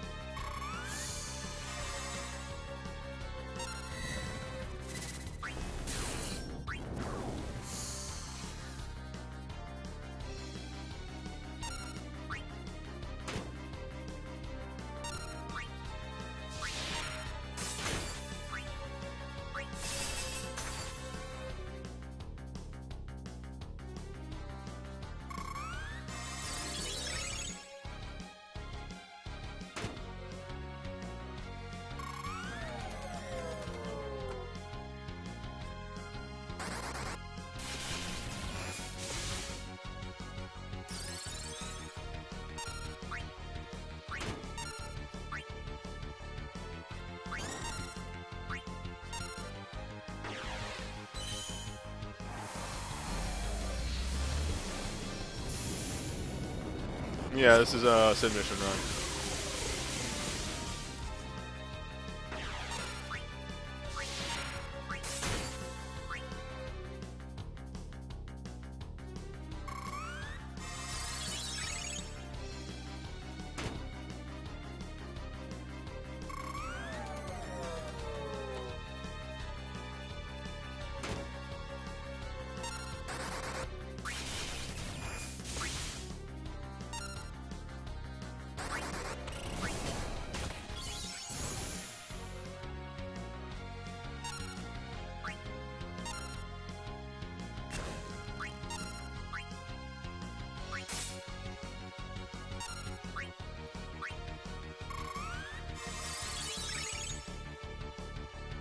I had a good strategy.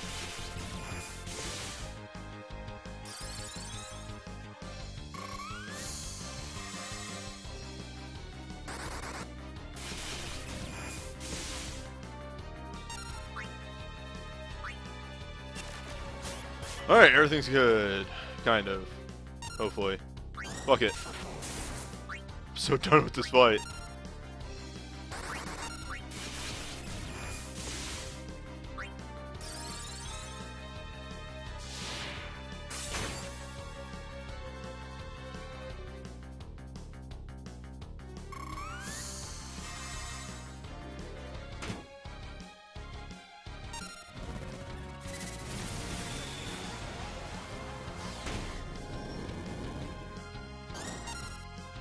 No.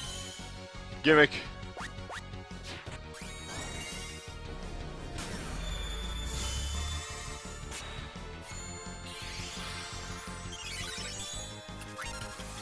Gimmick strategy, all the way.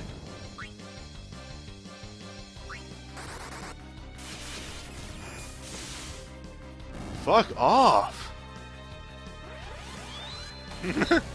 Done!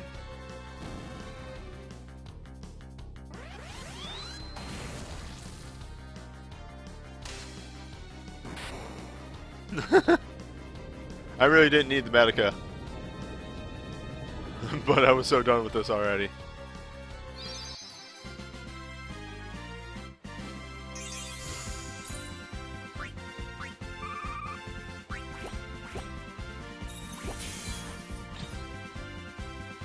Man, Ed got blown up. Ed isn't even supposed to be there.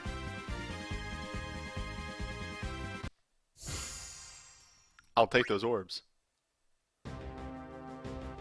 Devoured. Well, let's look at some banners. Because I need to wind down after that stupid shit. Cannot.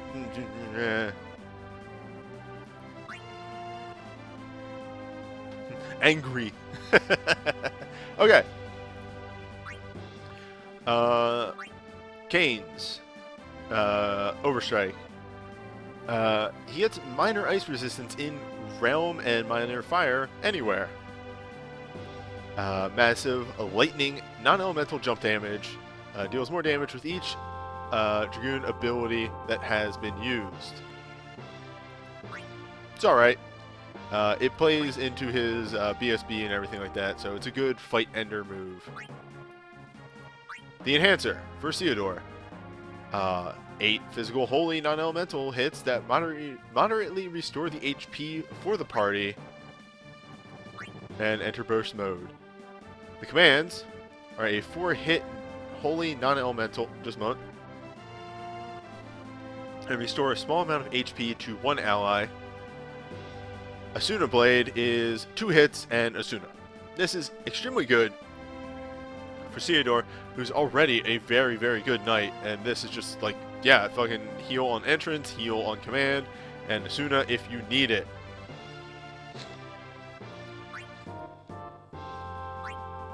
Cat Claws. A small chance to sleep.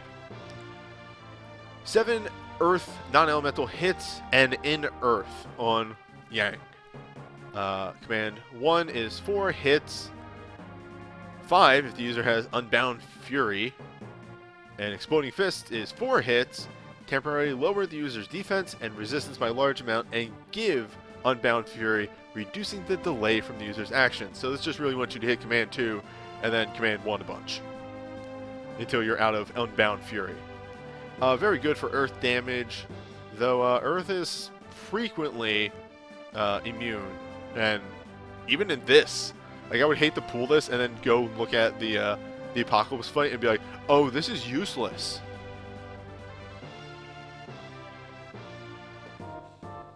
Still,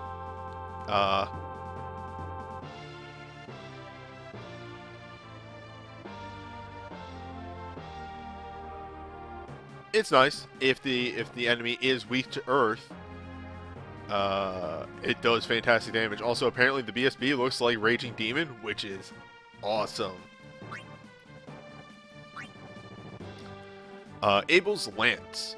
This is Kane's Burst, and it's very good. A 4-jump intro that enlightens Kane. Command 2 is a Lancet, which restores an ability to the fewest remaining uses. And Stormblood Dragoon removes the delay from your next jump actions for 2 turns. Very good. They synergize really well with Lightning Dive. The thing to note is the entrance is Lightning non-elemental, but the commands are Lightning only. Kane is the only Dragoon, though, that I think that synergizes with Lightning Dive and a non-6-star ability. So, yeah. I like it. Force Armor, Cross Slash. Minor Ice Resistance, Minor Lightning in Realm. 5 Physical Holy hits, and in Holy the user. Very nice, synergizes with Saint's Cross and his own BSB.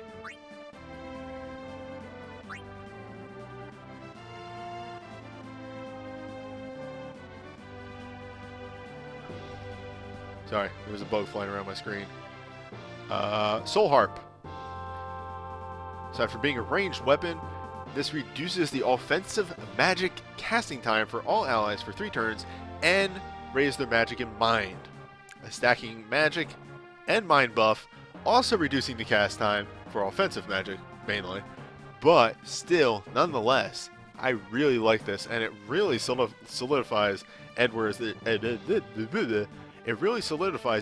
as that really good buffing position as a support. Again, Edward, not a fantastic character unless you get one of his bursts, and then he immediately becomes awesome.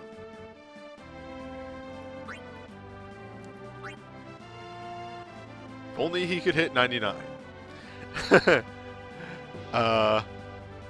Small chance to poison, and yeah, so this is the 6th Earth non-elemental that imperil Earths. Very, very, very nice. It's one of the few imperil Earths. Keep that in mind. Oh, right. Edward can hit 99. He can't dive yet. That's what it is. Thor Hammer is, aside from a small lightning boost, which is very nice, 5 physical lightning, non-elemental hits, and imperil lightning. This synergizes very well on Sid himself with Tempest Snipe, since he does have that Machinist 5. Yeah, it's pretty alright. Elven Bow is obviously the weakest item, being the unique. It is a raise KO allies and restore moderate amount of HP to all allies. It's a raise and heal, so maybe those people that you just raised won't immediately get punched and knocked down, but very unlikely. That said, it's still a Cura. Yes, a Cura level heal, Medica, and a ranged weapon with Mind on it, which is something that is a commodity. It's not bad. I really like this banner a lot. This is rare. This is good. Like both these imperils are good. Then you have stacking buff, in Holy on the night, a really good burst, a pretty decent burst, a really good burst, and you know my opinion on OSBs. But as far as OSBs go, this one's pretty good. And then a really mediocre unique. But it's a unique, so what are you going to do? Overall, this banner is extremely, extremely strong. If you don't have a lot of 4 gear and you want something physical, I definitely suggest pulling on this.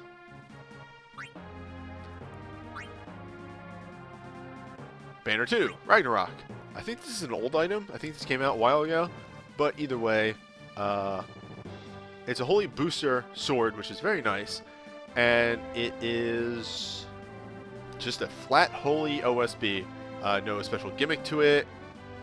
Just boom, boom, boom. You know, build up that meter, use it. If something's wholly weak, you'll do a ton of damage. It's alright. I don't rank OSBs high. Sorry. Oh, try Disaster for Palom. which is the spellcaster. Yes, okay. 8 fire, lightning, ice, haste. Deal send attacks if the target is weak. Vulnerable to ice, lightning, fire. And I believe the commands share the same thing. They are 4 or 5 if the target is slightly weak or vulnerable. Oh, wait. No, this is remove the delay from cast. 5 hits. Remove the delay from the user's offensive. Wait, what's the difference here? Oh, one is ice and lightning, the other is fire and lightning, and it removes the delay. That's an interesting variation on it. You don't get the in lightning, but the extra hit, very, very nice. This is I like this. I like this dynamic. Yeah, sort of Shantoto variation. I wouldn't say 2.0, because I do still think Shantoto can hit higher damage caps, but definitely holds its own against Shantoto's. A good break, a good burst.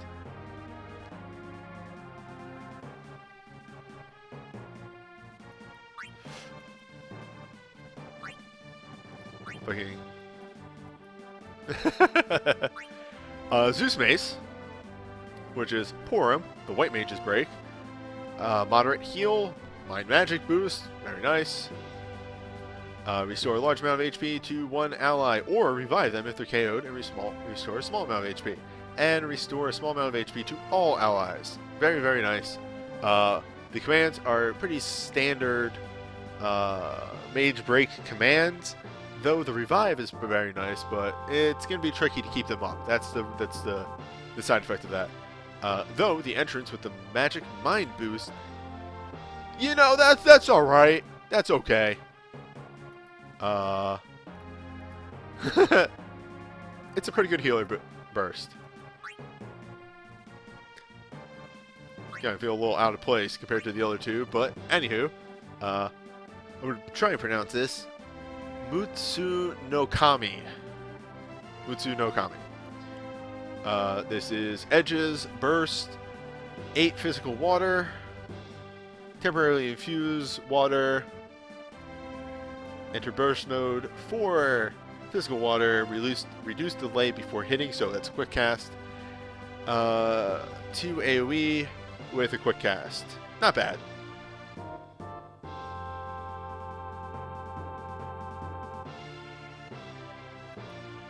Also, that's a good point. It has magic on it.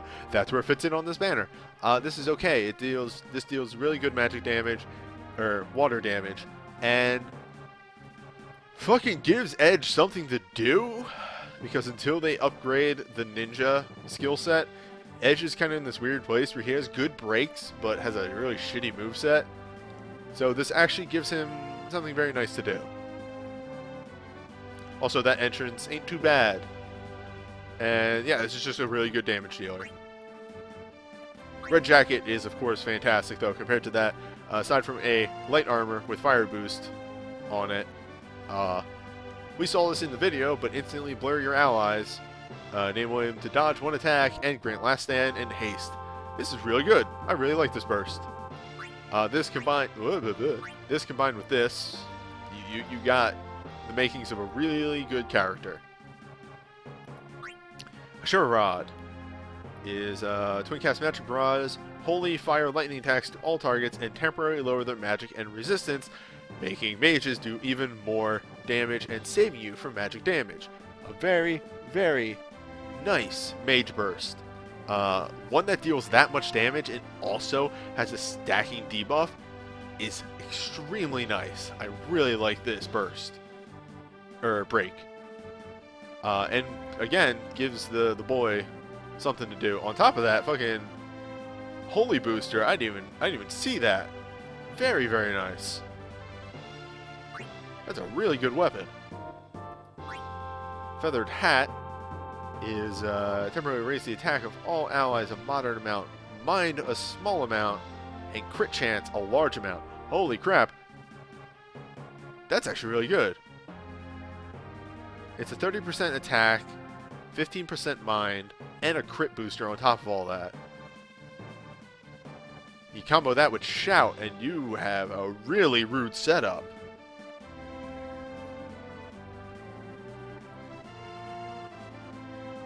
Jesus Christ.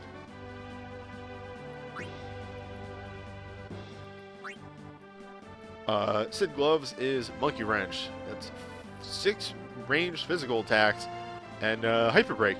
Not bad. A little weird for Sid, since I think Sid only gets support 4, he doesn't get support 5. But it's still alright.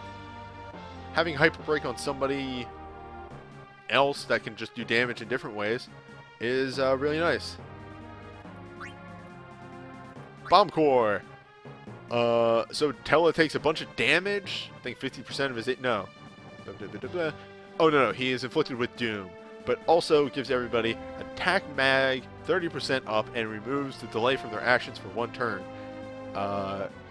This works really well. Tella is a pretty decent sage.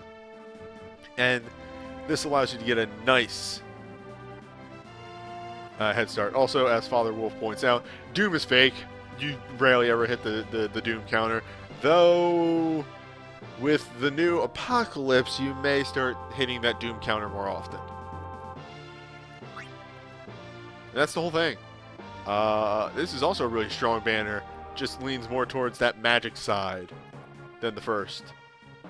Let me see. Let me look at these two again.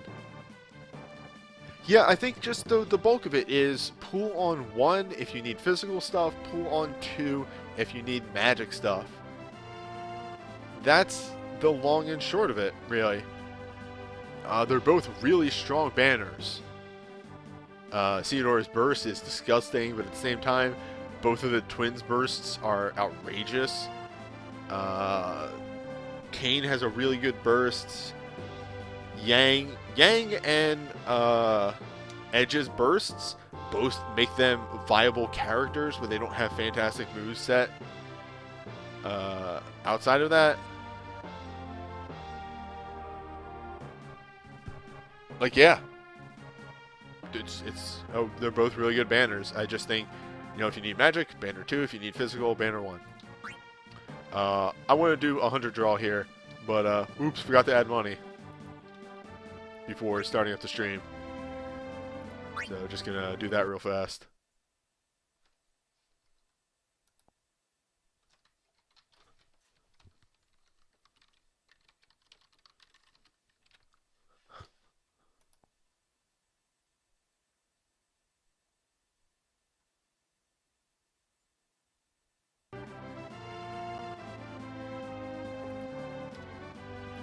All right.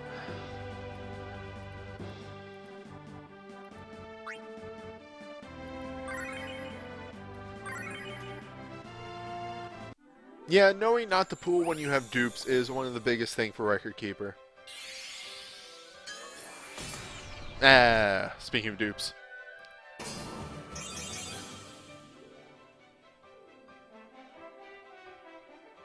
Hey, that harp is good.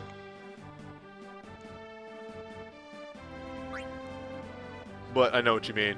You're looking for certain types of items and you don't get them. Well, that was an event. That was a 2.5 hour stream. Fucking Bygin. Let me do my outro.